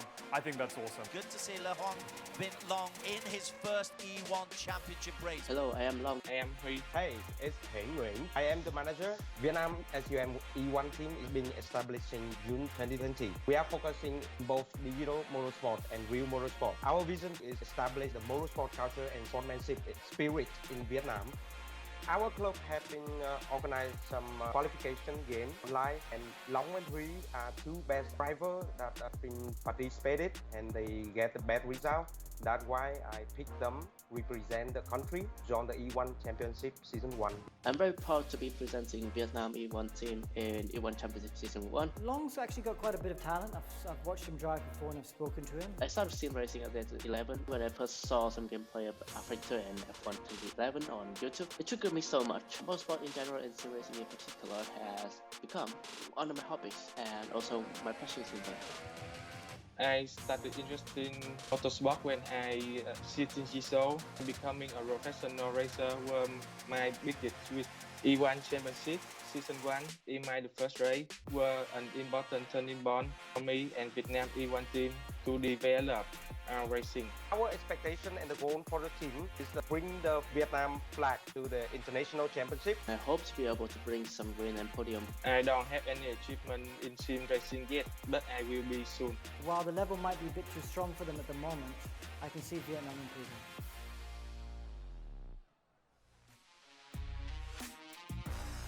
Welcome back to the E1 Championship, where we've just wrapped up race 1 at Motorland Aragon in Spain. We, of course, have just had the Joker format as well, which has spiced things up a bit with the starting grid, and we're going to see the effects of that in race 2. But just now, what you saw on screen, we saw the Vietnamese team, and we love that because in E1, we're promoting esports, and e-racing is accessible to everybody all across the world, and that Vietnamese team are really enjoying their time at the E1 Championship. Alex, how would you rate their performance so far at E1? Well, it's been a big learning curve for them, you know, big learning curve. I had a lot to learn. Their drivers are obviously quite inexperienced with this car and the game, so they're getting better all the time. They have scored points, which is pretty good when you consider how competitive this field is. Well, we're going to see where they will start in race 2 very shortly. To get there, let's take a look at the highlights first, Alex. Okay, so race 1, top 20 reverse in championship order, and see that the black car there, Awun Tarun, has spun off. I think it must have had contact with Juktin there. Juktin in the red car was leading earlier on, but Arif Azmi there in the green and white car, Scuderia Stratos, then took the lead. And then you've got a swarm of Stratos cars just swarming through as well. Top 4, actually all 4 of their cars were near to the front. Juktin was on the soft tire and he started struggling with tire wear. Then this thing happened here. Jason Tay tapped. Just got down the inside. Mohamed Alif also making some positions up. Had a few slow first few laps, but soon got well into the top 10, especially with all the success battles. Great job by Alif. But this is the man of the hour, Naqib, coming from 17 from the grid to win by 7 seconds. And there we can see Nakib in P1 with his 25 points in the bag. That's definitely going to help him with his points deficit against Muhammad Alif. Of course, Nakib is our reigning champion, but it's an all-green affair. The mean green racing machines of Stratos Motorsports and Scuderia Stratos in the top 3. James Russell will be extremely happy with that.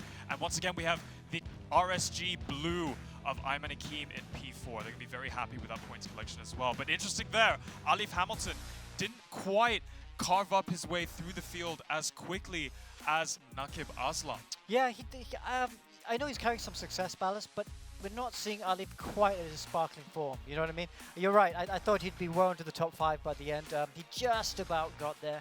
I think he struggled in the first couple of laps. We must have had incidents off track, because I think the first 2 laps he hadn't made any position. So obviously got in the middle of quite the melee at the beginning. But as Alif always does, he still gets up to a reasonable position. P5 was okay. That's right. Now let's take a look at who's in P2. That's of course Nabil Aslan, the younger brother of Nakib Aslan, who's in P1. So it's an all brotherly affair at the very front. It's an all Stratos affair. Nabil, welcome and congratulations. Talk us through your race 1 there. Thanks. I think the main reason I got second was because of the teamwork. Don't think I could have done without them. But yeah, I think my first lap was pretty crucial, because starting at ninth position. So yeah, tried to make all the positions as quickly as possible and cleanly. So I'll ask you about race 2 in a second, but tell us what it was like getting that call from James Russell when you were told that you were being promoted to Stratos Motorsports. What were you feeling at the time? Pretty shocked and happy, really, because I've been wanting to join this team, because there's my brother Nakib, and yeah, I tried to join all of the ERGP leaderboard so I could prove myself that I could join this team. So yeah, I'm pretty happy with the outcome. And what's it like racing against your brother in an equal car? He's pretty quick actually, so yeah, he is. So yeah, I'll try to keep him in place, and yeah, maybe beat him in one of the races. Well, we'll see if you can achieve that in race 2. I know that you guys have to share the strategy, so that won't really help you. But best of luck, and we look forward to seeing you in the next race. Thank you. All right, and that was Nabil Aslan in P2. A good first outing for Stratos Motorsports there. He'll be very, very happy with that. Let's talk to a driver that is joining the E1 Championship for the very first time, and that's Alessandro Octaviani, hailing all the way from Italy. I'm just going to have to pull up. Yeah, so he's in the RSG chat, actually, so he's quite friendly with the RSG guys. So, Alessandro, that was quite an eventful race. You had to start right at the very back, obviously, because you're new to the championship. But still, you made yourself quite a few positions. Talk us through your race. Yeah, it was quite a funny race. Tough for sure, because I start from the back, from the P28. I had a bad start, but I tried to manage the tire and try to do some overtake, and yeah, it was really fun, especially in the last laps, because yeah, try to manage the tire it's so hard, especially today, and yeah, the final position it was really good. Yeah. P12 is a nice result for me. Actually, that's quite true, because it's a top 15 reverse for race 2. So that means you are P3. 3, 4? Yeah, P3. Yeah. No, P4, P4, yeah. P4. So, nice news. I try to attack for sure in the first lap, and yeah, we will see. All right, well, we look forward to seeing you attack in race 2 from the second row of the grid. Best of luck, Alessandro. Thank you. Alrighty, well, it seems like we have the opposite effect of a commentator's curse, or at least I do. Every time I bring a team down, or we bring a team down, they seem to bounce back and be on the top step of the podium. Yeah, just to spite you. Good job, mate, because it's you've seen some remarkable performances today, yeah? For sure. So we've got a lot of different insights. We're going to make a few more bets as to what the drivers will be doing strategy-wise for race 2. And as Alex, as you were saying just now, race 2 will see the top 15 finishing positions from race 1 flip around, which means Alessandro is starting P4, but it means Jack-Tin Chung is back in P1 on pole position. Yeah. So we've got all that action coming your way very, very soon. Don't go anywhere. We're just got a short commercial break first.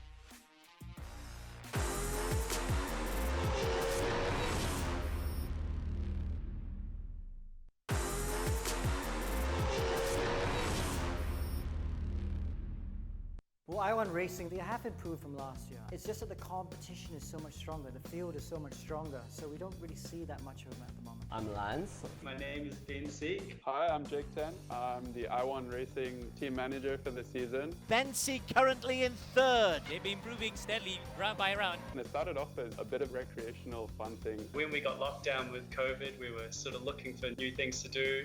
Lance ordered in a bunch of full motion sims. I decided to just go and get like 4 units. At least I could like get my friends involved and we can like have a race among ourselves. And then we heard about the E1 Championship. Lance showed an interest in it. So we just thought, why not? Let's give it a go. We thought it'd be a fun thing at first to take part in, and we quickly realized we'd have to step up our game. He's in P19.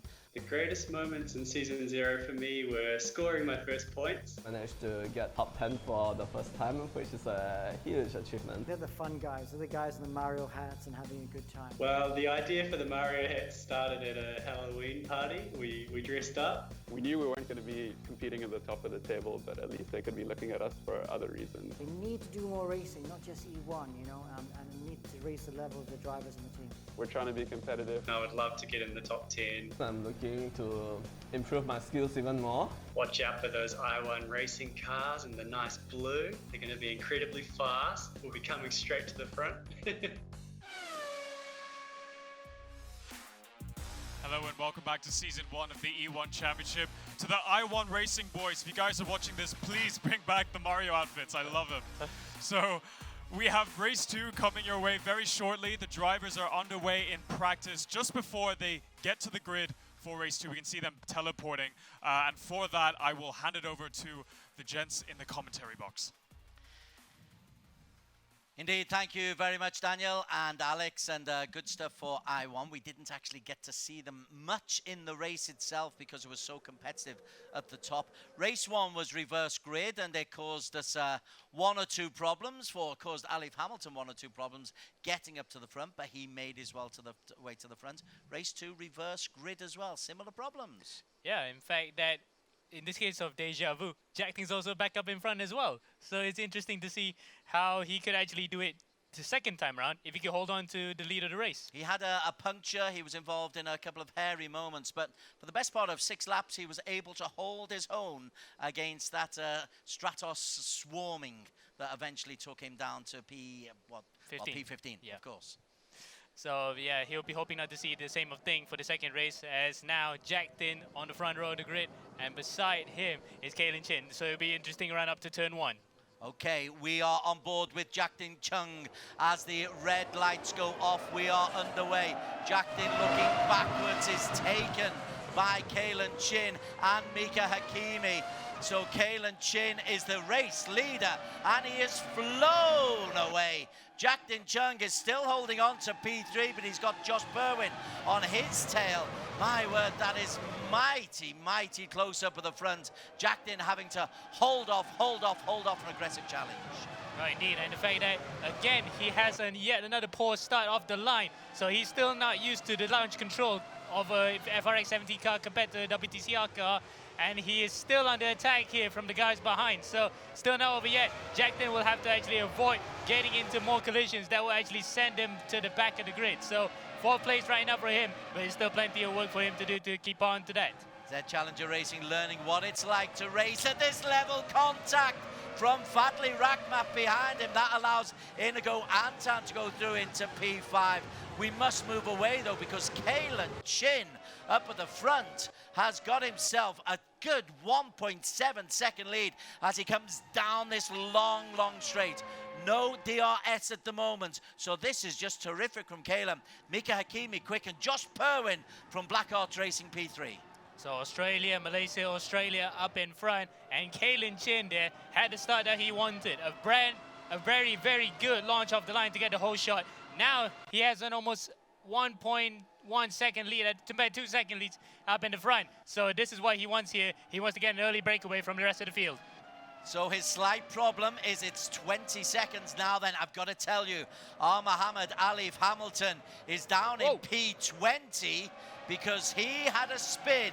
Alif went off. He's picked up another place. He's gone past Joaquim Garrido. He's got I1's 2 racers, Lancelot and Ben Sieg, in front of him.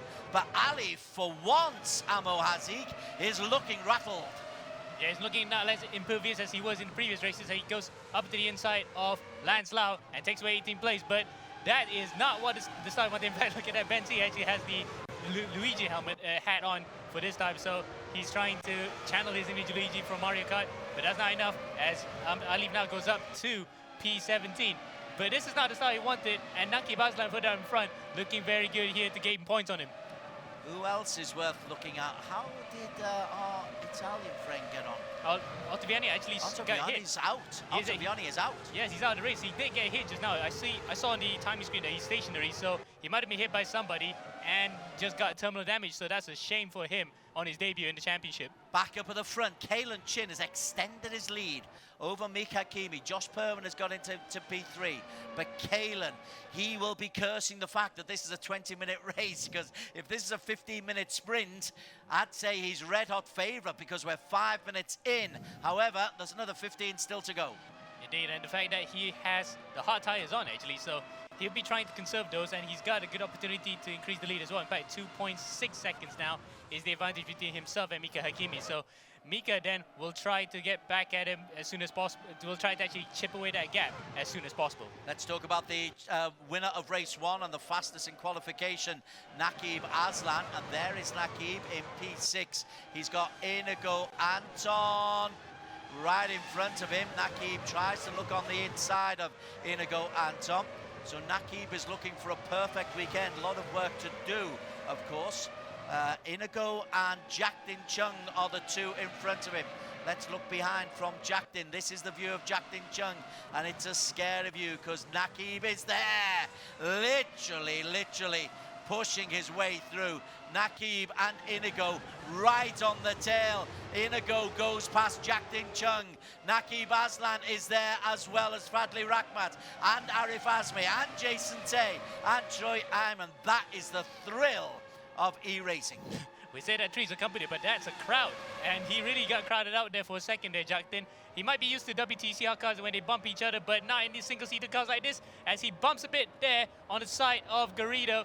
And he nearly loses, Anton. And look at that. One of the J-Max Phantoms cars go for the inside, takes away both of them. Finally, in fact, gets up to 4th. Nakib side by side here, and he gets away 5th. So Jackdin really getting swamped here by a few fast drivers. Indeed it is. Fadli Rakhmat who is up into P4. Nakib is into P5.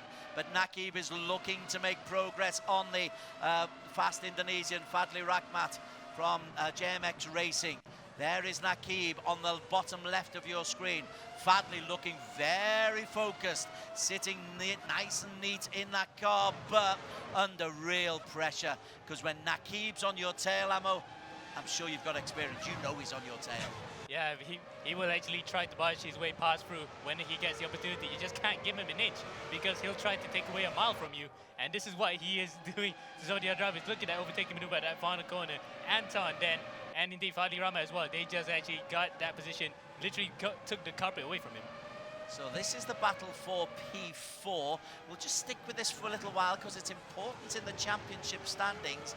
In a moment, we'll go down to our Mohammed Alif Hamilton, but Alif is in P16. This is potentially crucial, but the good news for Alif, a 20-minute race of which 14 remain. Nakib makes his move now on the inside of Fadli Rakhmat. Nakib Aslan up into P4 ahead of Fadli, and he timed that one beautifully. Indeed, and he just got that DRS again to his favor.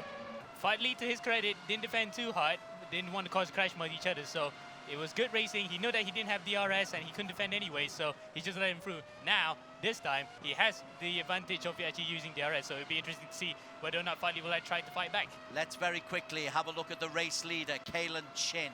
Kalen is nearly 4 seconds clear of Josh Perwin, but Josh Perwin up into P2, but he's got back markers to deal with. Oh! That was really nip and tuck. He went through the inside of one of the, I think, Vietnam cars and Leona Chin, so he really risk a puncture there. He wanted to go through right there, right now, and to his credit, he actually made that stick. He does go for it, does Kalen, doesn't he? He's going for it here. That was an aggressive move. It's increased his lead, though. It's now up to 4.5 seconds from Josh Perwin. Perwin in P2. This is Perwin, Black Arts Racing, looking back at a vastly improved Mika Hakimi over the last couple of weeks. Yep, and the fact that the double podium finish last time out in third would have actually increased his confidence a lot, but he will try his best to get back at Josh, because Josh actually overtook him for seconds. So battle on then between these two good mates on track. Okay, this is the battle for P2. Ooh, back markers are there. Oh, Is that Leona. Leona again? Leona causes Mika Hakimi to take evasive action. So Josh Perwin is able to get away into P2 and take a 1.5 seconds off Mika, and that could impact things, because look at this. Nakib Aslan, he has gone round Leona Chin, and Nakib is closing in on Mika Hakimi. Oh, that's not what Mika would have wanted, actually. Leona there becoming a rather mobile chicane that he had to go around the outside. Now, to his detriment, has to actually fend off now Nakib Aslan, who's really fast approaching him. So that's kind of like the kind of trouble we have with the back markers here, because we see so many, in fact, look at that, there's a Vietnam car trying to get in the way of Nakib as well. Okay. The back markers really causing a trouble here. The story of the round, apologies. Mohammed Alif Hamilton down in P13, but he is making progress. He's overtaken Ben Seek, Ayman Hakim and Ayman Hazik. He's got Mikko Nassi ahead of him, and Presley Martono and Alistair Young and Inigo Anton. So it's, even though he's got a round to drop, this proves to everybody Alif is human, not a robot. Not as impervious as we thought, and that actually just happens to be because this very round is a joke round where the Chapter is flipped on his head, and you have to let the Chapter runners who are in front would do away. Oh, there's a Vietnam car into the barrier there, so he might have touched somebody, and that is not going to look good because he's actually on broadcast right now. So whatever happened there, maybe what would have been actually a collision. I can tell you that Jack Ding Chung is out of this race. So Jay Chang. Whoa! That's an even bigger accident. And is that Nakib or is that Nabil? It's Nabil actually into the back of one of the Team Flash cars. Wow, okay, so Nabil drops downwards up at the front. Where is Nakib? Nakib is P4. Yeah, we had to double check, because if it's Nakib, it is massive for the championship. It wasn't. It was Nabil. But what it allows, Ammo, is Alif Hamilton is moving inexorably up this championship leaderboard. P10 now, and he's dragged Nassi with him, and he's got Anton in his sights. That is Alif in the orange livery, the flash car, as he looks past Inigo Anton. He takes Inigo Anton up into P9. Presley Martono is next.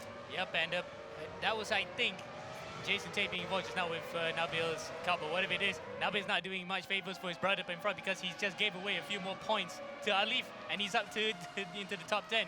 What looked like a very bad situation initially, now is coming around into Alif's favor. He's actually going to get more points out of here to at least not lose too much points at the top of the championship. Up at the front, Kalen Chin is still leading the way. Hard compound. He got away to such a good start, Ammo. He's not looked back. 8 seconds his lead. 8 seconds lead over Josh Perwin. Yeah, in fact, we saw just now, remember, when he was overtaking the back markers, he really made his chances count. He would have gotten a puncture if he got it wrong, but getting around the back markers as fast as possible is a trait that drivers must have, and Kalen did that very well here to increase his gap over the guys in second. There's Mika tries to go for the inside of Josh. Does he make it stick? Yes, he does. That's a brave dive bomb, but to detriment, Nakib actually manages to steal the position away from Josh, and now he's potentially going to get second place. So Josh Perwin moves from 2 to 4 very, very quickly. There's the benefits or not of the problems of not having DRS. Mika Hakimi is able to go round. Nakib is taking a very, very different line, and Nakib aggressively takes the inside from Mika Hakimi. Oh, terrific from Nakib. Wow, Nakib really showing his true colors here. He really wants to get a good point scoring round, and he's doing that right now. He can really throw that Suzuka race in the bin and consider this one as one of his best. If he could get a double win here, that would be one of the most amazing comebacks. It's literally a grand slam of pole positions, a first race win and a second race win, if he could catch Kalen. In two reverse grid races, but Kalen, let's look at Kalen, because we've got to have a whole different screen for Kalen, is nearly 9 seconds clear. 9 seconds with 8 minutes remaining. His lap times, they're lapping about the same. 1:29.5, so 1:29.3 for Nakib. But Nakib needs to make up a second a minute. Yeah, I mean, in fact, 8 minutes with a second a lap, that's possible, but not enough laps for him, unfortunately. So Nakib has to actually lap within 1.5 seconds faster than Kalen in the last 8 minutes that remain to have any chance of catching up to him and try to overtake him. Okay, that's the race leader. Let's look back at Alif Hamilton. He's some racer, this fella. He is some racer. He's overtaken Presley Martono. He's got Alistair Young in front of him, Troy Iman in front of him there. So a top 3 place is not beyond the realms of possibility for Alif, despite starting P18 in race 1, P50 in race 2. He can really show that he is an absolute racer. He just loves to be at the back and try to overtake the guys in front. But in this race, at least, it's not really worked out to him to get all the way to the front. But nonetheless, he's not hemorrhaging points compared to what Nakib is doing. So as long as he still scores points, he's looking good in the championship. Very briefly, let's move away. We're interested in Z Challenger this week. We haven't given them too much TLC, but there's bad news. Jack Ding Chung is out of the race. Jay Young will be out of the points. There he is in P17 at the moment. They've had a difficult time despite Jack Ding starting on pole position in both races. He will end without points in race number 2. Back up to the front, if we may. A battle going on for P3 between Hakimi and Perwin as Josh Perwin retakes P2. DRS coming into its own ammo. Yep, and the DRS that time round wasn't available for Mika. He tried to get around Josh, but Josh then holds his own and he's up to 3rd. But Mika this time will have DRS because Josh is actually quite far away behind from Nakib, about more than a second behind. So Mika Hakimi then has the opportunity here to take 3rd place from Josh because Josh will be a sitting duck. Good little battle between 2 young racers, one from Australia, one from Malaysia. At the moment it's Perwin. Blackheart's leading the RSG of Mika Hakimi. Behind them, Troy Iman a further 2 seconds down. Let's have a quick look at Troy because Troy knows that Muhammad Alif is closing on him and there's still the best part of 6 minutes to race. Troy, beware, beware, there is a danger man behind you. The bogeyman approaches. the bogeyman, well, for him, is going to be an absolute boogeyman after this if he actually gets up to his rear and tries to get up to the front. At the moment, he's not being pressured just by yet, but we all know this is Alif, and he can actually make that 1 second gap look like a 10th in just a few corners. Well, he's made up 2 tenths as you were speaking.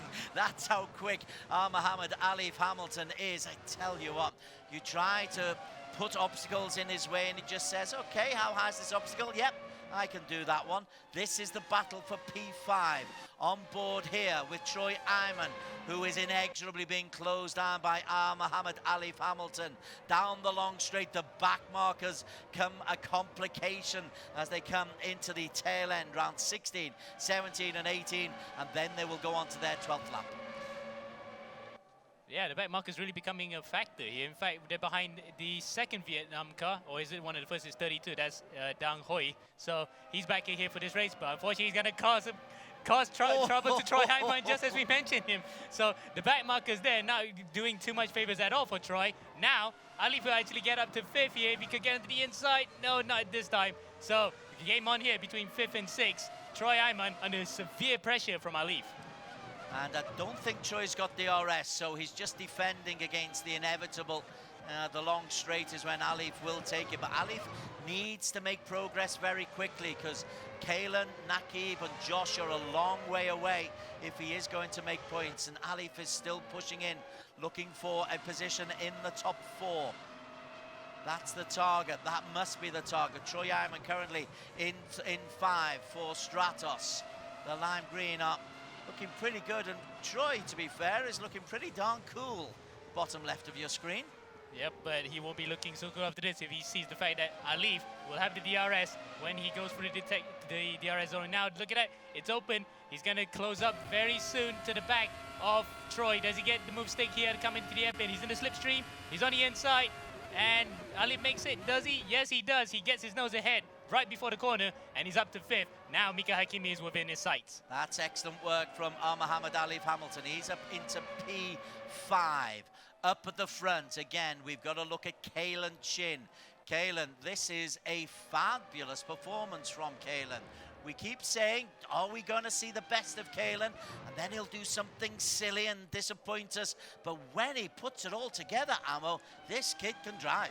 Oh, he can definitely drive. He's definitely like a Jedi Master behind the wheel of a, well, unfortunately he's black color, so he's actually in a Sith X-Wing, so, sorry, not X-Wing, a TIE fighter, and he's out there in front, winning against the field here, so he's going to take, I think, his first ever victory in E1. Yeah, best position so far he had is a P2. So the first win of the season for Kalen is going to do wonders for him, and he's really carrying that Black Wolf team up to the front. Certainly, Black Wolf getting their moment in the spotlight today. Kalen was looking pretty good in race number 1 as well until Instance dropped him down. But here, barring a catastrophe in the final 2 minutes, he is going to take the race because he leads Naqib Aslan in P2 by over 8 seconds. Bottom end of the long straight. Let's see where Naqib is. What kind of pressure Naqib is going to face? Well, none is the answer. Just tarmac between him and Josh Perwin. 4 seconds behind. The battle that we really want to look at is this one, because Alif is closing in on Mika Hakimi. Now, Hakimi is a different challenge to anybody else because Hakimi's in great nick. Indeed. In fact, we mentioned earlier his 3 podium finishes in the first race of the season. Sorry, last time out in Suzuka. He didn't have a good race just now at Aragon, but he certainly wants to actually put up a good fight here to still continually score points and improve his season tally, because right now, P7, yeah, P8 in the championship, he wants to actually catch up to Jason and Mohammed Ibrahim, who's definitely not going to compete in the for the rest of the season, so he wants to score points here. Interestingly, Troy Iman will have DRS this lap, and we've got this is the penultimate lap. They'll finish this lap, and there will be one more. I think I've got that right. Kalen Chin wasn't that far ahead, was he? Yep. So two laps here for after this, but Mika makes a bit of a slight bog here. He actually didn't get a good drive out of that turn 10, 11, sorry, turn 8, 9, and 10. Now he's got Alif onto the inside. Can Alif make the move stick? His DRS is open, and yes, he does. Alif then serenely passes through. Mika just couldn't put up much of a challenge there. Now he has immediate troubles of Troy Iman behind him, so he's potentially going to lose 2 positions in 1 lap here. Troy Iman, we are on board with him. They are the 2 in front of him, Alif and Hakimi. Hakimi in the blue. Alif has got away. That use of the DRS now should kick in for Troy Iman, I would imagine. Yes, he looks on the inside of Mika Hakimi. He helps himself into P5. Mika drops down to P6. Back up to our race leader, Kalen Chin. Kalen is on his final lap. A final lap of where the entire race is going to lead from start to finish. Again, that start line, proving to be his beneficiary for him. He just got the jump on Jack Ting Cheong, took the whole shot, and never really looked back. This is going to be one of his highlights of the season. Aragon, there's already a little smile creasing through Caleb. Don't smile yet. Well, mind you, he smiles all the time, doesn't he? In fact, he laughs. And even like we saw last year at his last season in Silverstone, he could have a drink while he was driving, courtesy of his dad, of course. So he really knows how to crack it. He has a really good sense of humor, and when he's on camera, he really knows when to be serious and when to be happy. Kids these days, but it's a fabulous drive. 8 seconds, and he's kept that lead. Of course, he doesn't have DRS, but he has kept that lead from Naqib Aslan. Naqib has been able to pull away in P2. We'll very, very briefly look at him smiling. Naqib is in P2. He's just coming onto the long straight. We'll stick with Kalen Chin, though, around turn 16, the hairpin, unless he gets it so wrong. The easy does it. That'll do. I think that's probably in the corner, round 17 and 18, and this is the victory. First of the E1 Championship for Australia's Kalen Chin, Black Wolf Racing. He is nearly 8 seconds clear of Naqib Aslan, who will come through in P2.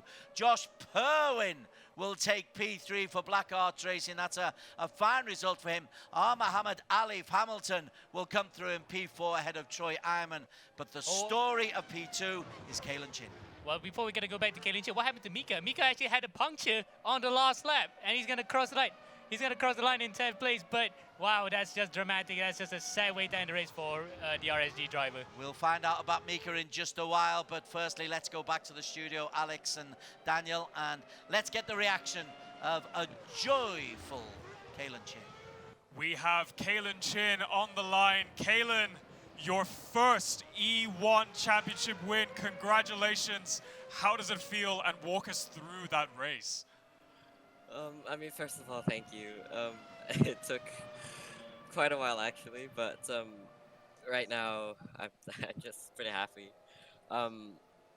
After what happened in race 1, honestly, I was pretty mad at myself with the mistake that I made. I cost myself a lot of points on a podium, and then when I heard that the first grid was P15, I was like, oh, okay, I'm starting P2. And I just focused on getting a good start for lap 1, and then just pushing from there.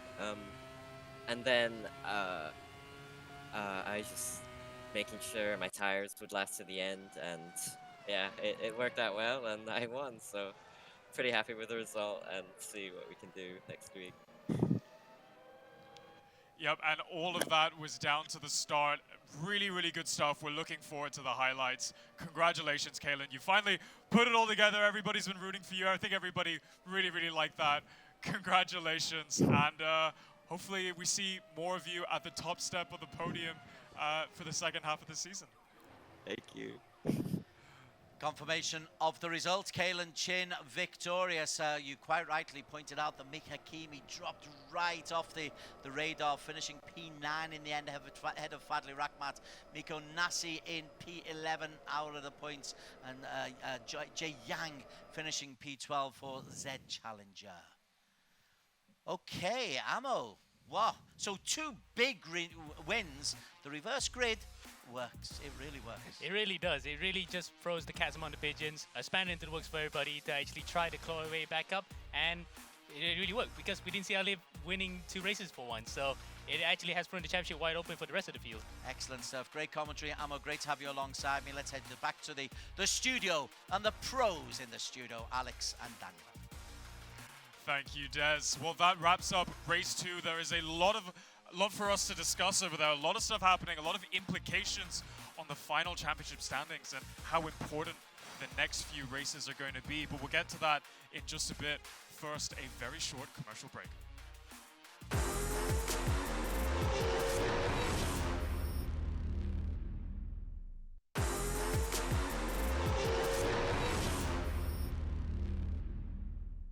Black Wolf Racing Team are the Singapore-based outfit that joined us in Season 0 of the E1 Championship and have made a return in Season 1. That's perfect, good. And he just leaves Iman behind. Black Wolf Racing formed as a team since 2012. We have been racing in karting. Right now, we're actually moving towards sim racing as well due to this COVID. My name is Daniel Rainway. I'm Kalen Chin, and I am a driver for Black Wolf Wide Open Throttle Performance Racing. It all started back in 2010. You'd be surprised how long I've actually been driving for. I actually had a wheel and pedals, and it's something that Kalen jumped on and taught himself how to drive when he was 3, and I was amazed. After that, I just got interested in it and just been driving since then.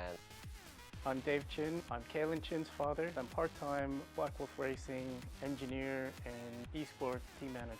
For myself, I was doing more of real motorsports. We already actually prepared cars to take part in MCS. Daniel's a good driver in his own self, but he's more of a team owner. Once Black Wolf can get a second driver, maybe he could match Kalen. If we can search for some talents to actually join Black Wolf, I will step away to let these young boys race, and then I'll concentrate more on real racing. Season 0 is a learning process for us, basically. I didn't really have a good first start of the season back then, but towards the end of the season, that's that's when I really make up for it. Kalen Chin will come through in P2.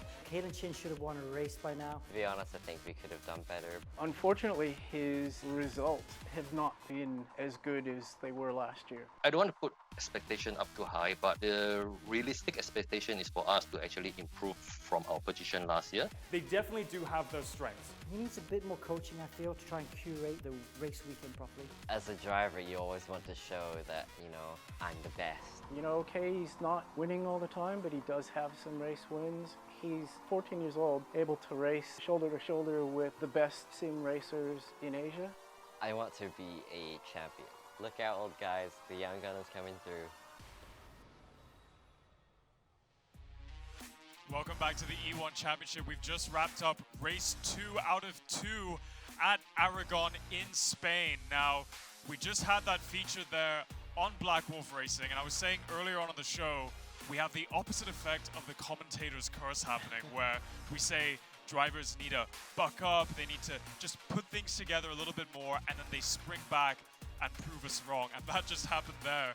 Alex, you were saying Kalen Chin needs to have won a race already, and he just did. Yeah, I mean, we've never doubted his pace. His pace has at times been stunning, you know, like Austria this year, where he overtook Alif, and we thought once the pit stops worked out, he'd win. But then he made a mistake overtaking someone and got a puncher. So those those decisions sometimes are critical parts of the racing. Sometimes it takes too many risks. We just saw it actually. You know, we had a great went through between two back markers earlier in race 2, and we looked at it. Wow, brilliant move! But that was a high risk move, and on another day that could have ended up with another puncher. But it was really good for Kalen to get it all out of his system and get the win today. And the lap times were very bang, bang, bang as well, which is very impressive. So this is the sort of thing you see with a young driver. If you get a win under your belt, you suddenly it brings him up to another level. And I'm hoping that's what's going to happen with Kalen, and we could see him on a bit of a roll. For sure. And again, Kalen Chin is one of the youngest drivers, if not the youngest driver, on our grid right now. Don't quote me on that. But he's has 14. His 14. entire career ahead of him. So one win is all it takes to give a driver that kind of confidence that they need to just plow through the rest of the season and put things together. And we have a couple more rounds left. We've got some tricky circuits, but as you said, Alex, he does have that pace. So if he puts together in qualifying in the next round, and he starts at the front, and he has another one of those lightning starts, that was the key to his success then. He was able to just launch it off the line, get past everybody else, get past Jackton, pull that 10-second gap to everybody, and then just focus on himself because he has that speed. Absolutely. And talking about drivers that also have their speed coming back to them, one of the RSG boys. We were talking about RSG as well earlier on in the show, about how they've come back to their true form, you know, being in the top 5, being very, very consistent. One of those drivers is Mika Hikimi, who actually finished in P4 in race 2. Let's see if we can speak to Mika very quickly about his race 2. We've got Mika up on the screen there. Mika, hello. That was a difficult race 2. We actually had you up on screen when you were stuck behind a back marker at one point. Walk us through your race 2. Yeah, I mean, I don't know. My race 2, it was just, I think my driving was not good enough. I was wearing out the tires way too much, and I had a puncture on the very last lap, so I don't think I put in a decent enough performance worthy of anything, to be honest. But you were up there at the first half of the race. Do you reckon a podium was doable? If I could have kept my tires in check, definitely. Not just in race 2, but in race 1 as well. So I think that's something for me to work on in the break. But yeah, I mean, it's just a very, very bad performance today. Of course, we have a 2-week break until the next round in the Netherlands. We're racing in Zandvoort. You're talking about tire wear there. How do you manage that tire wear? Or what do you think you were doing wrong with the tire wear? Yeah, that's the problem. I don't really know what I'm doing wrong with the tires. It's been a problem since the start of the championship. I've been wearing out the tires a bit too much, and it never really made much of a difference until this round. So yeah, for sure in the break we'll be trying out different things to see what's actually causing that extra tire wear and work on it for Zandvoort. Well, we have 2 weeks, and I'm sure you're going to be doing your homework and pulling a lot of long nights, and we look forward to seeing you back on the podium. But congratulations for another good points haul there in race 2. Thank you very much. Awesome. Good to see RSG collecting those points again. Now, reflecting back on race 2, let's jump straight back into the highlights from race 2. So here, highlights from race 2. There we would see Kalen Chin with that lightning start that Danny was talking about. Jack Tin Chung just didn't get the start he wanted to, got involved in quite a few incidents here and eventually would drop back. But this would allow Mika Hakimi and Josh Perm to get into second and third. To see quite a few midfield battles, and then we see Nakeem with some great pace in the middle of the race to get past Josh first and then past Mika to get up to second position. That's as far as he would go because Kalen was just too far up the road. And then we saw later on Alif doing a good job to get back up into fourth position. So Josh was third, Kalen second, and this man, Kalen Chin, won his first race in E1. And the aftermath of race 2, here is our top 10. Kalen Chin with his maiden win in the E1 Championship, a boy that wears his heart on his sleeves. We love having that camera angle of him on his sim with his big grin. Nakib Aslan in P2 was very, very close. We thought he could hunt him down, but there was still a big enough gap between the two drivers. But a healthy points haul nonetheless for the Stratos Motorsports driver. And Josh Perwin, he's going to be happy with that. P3, another very good points haul. We've seen him putting in these strong performances in the earlier part of the season, and once again, he's done it, and he'd be very, very happy with that. And here is a look at our overall final results from race 1, race 2, and qualifying combined. And it's a 50-point haul for Nakib Aslan. Kalen Chin in P2 with 31 points. Troy Ayman, the Scuderia Stratos driver, he'll be very, very happy with that after a few difficult races in the early part of the season. But the interesting driver to put our focus on is Alif Hamilton, P5. I think this is one of the furthest down finishes he's had in this season so far with 24 points. But those are points nonetheless, and he's still going to continue his championship lead. Well, that was an exciting, exciting race. Once again, the Joker format has delivered. Yeah, you know, it's kind of fun changing it up a bit of a Joker format. And like you said, you know, had nothing to do with the Joker format, but Alif obviously had a bad day today. Championship leader. You know, at the moment, this would be his lowest round score, so this would be this round he would want to drop. Of course, there are 3 more rounds to go. He still has a healthy lead in the championship, you have to say, but this is exactly what Nakeem needed. You know, he won race 1, second in race 2. It makes the championship come alive again. For sure, and towards the end of this program, we will get another look at the overall championship standings, so we'll be able to see how small that deficit has become. And as you said, we have double points in the last round. So your bet was right. It is too early to call in the championship. Next round, which for all of our viewers is going to be in 2 weeks, we are off next week, is going to be in the Netherlands. We're racing at a track called Zandvoort, which is extremely difficult. Now, for those that have managed to catch a sneak peek of the resurfaced track on YouTube with Max Verstappen going around in his Red Bull car, you'll see that it has a lot of elevation change, a lot of banking. It's very similar to what the IndyCar drivers would be used to on their ovals. And when you have that banking, it just means you're able to go that much faster around the corners. Yeah, it's a good little track. It's one of these old school tracks. Hasn't changed that much over the years, even though it has been resurfaced in Formula 1. That is coming up later this year. But it's one of those fast corners. Drivers with that can be seriously committed. The guys who are more committed, the more you can be aggressive as well with those fast, long corners. Those are the ones that go quick there. Is it harder to overtake when you have that kind of banking? Because the drivers go fast around the corners. Yeah, so it's like Suzuka. But unlike Suzuka or Aragon, the aggressive drivers do tend to get rewarded here, but you can't overtake. It is very hard to overtake. But, you know, we have DRS. DRS has a very strong effect with these E1 cars. We'll still see some great racing. And another interesting thing is going to be the tire wear. Now, we always have a different level of tire wear going into every single race. Some races have more, some races have less. But on a track like this where you are going fast around the corner, where you do have that hard braking, and it is a fast circuit, it's twisty and it's fast, the tire wear is going to be really, really high regardless of the settings that the drivers have. And it means that drivers like Mika Hakimi are going to be struggling if they don't work out what's wrong in the next few weeks. So, yeah, we see a lot of teams who are quick but struggling with tire wear, so they can never make those conservative strategies work, where they take the harder time, they try and go without pit stops. RSG, we just saw Mika Hakimi talking about it. Black Arts also struggle with that.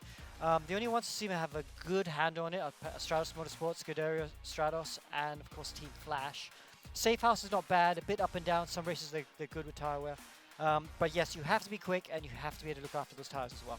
Well, Nabil Aslan is going to be very happy that he's in a team that knows how to do their setup. We saw the 2 different Stratos Motorsports teams up at the front. But let's take a look at the overall championship standings for the drivers and the teams. So here's a look at our top 5. And as we said, Alif Hamilton is still in the lead, and he still has a very big lead for that matter. But Nakib Aslan is drawing in closer and closer. Once again, we see Ayman Hakim consistently collecting points, and he's there in a comfortable P3, I would say. He's quite a healthy bit amount ahead of Josh Perwin, who also had a very good race 2, I must say, followed by Kalen Chin, that race 2 win, propelling him into the top 5. And now let's take a look at the teams, our top 5. Team Flash up at the front with 323. Again, quite a big points haul ahead of Stratos Motorsports, but they're gonna be able to collect a lot more points with a strong driver lineup. Nonetheless, Mika Hakimi really gonna want to be working on his ability to deal with that tire wear going into a track like Zandvoort to maintain their P3, followed by Safe House and JMX Phantom, the Indonesian-based outfit, and the orange car. It's good to see them in the top 5. Well, that's all we have for you tonight, folks. Kind reminder that we will not be live next week. We will be live the week after that. That is May 19th for all of those celebrating. Happy Eid Mubarak. Please socially distance, sanitize your hands, and be safe with all your family, and eat lots of food. My special thanks to Alex with me here, and Amo and Des in the commentary booth. We will see you guys very shortly. My name is Daniel Woodruff. Happy Eid to all celebrating, and good night.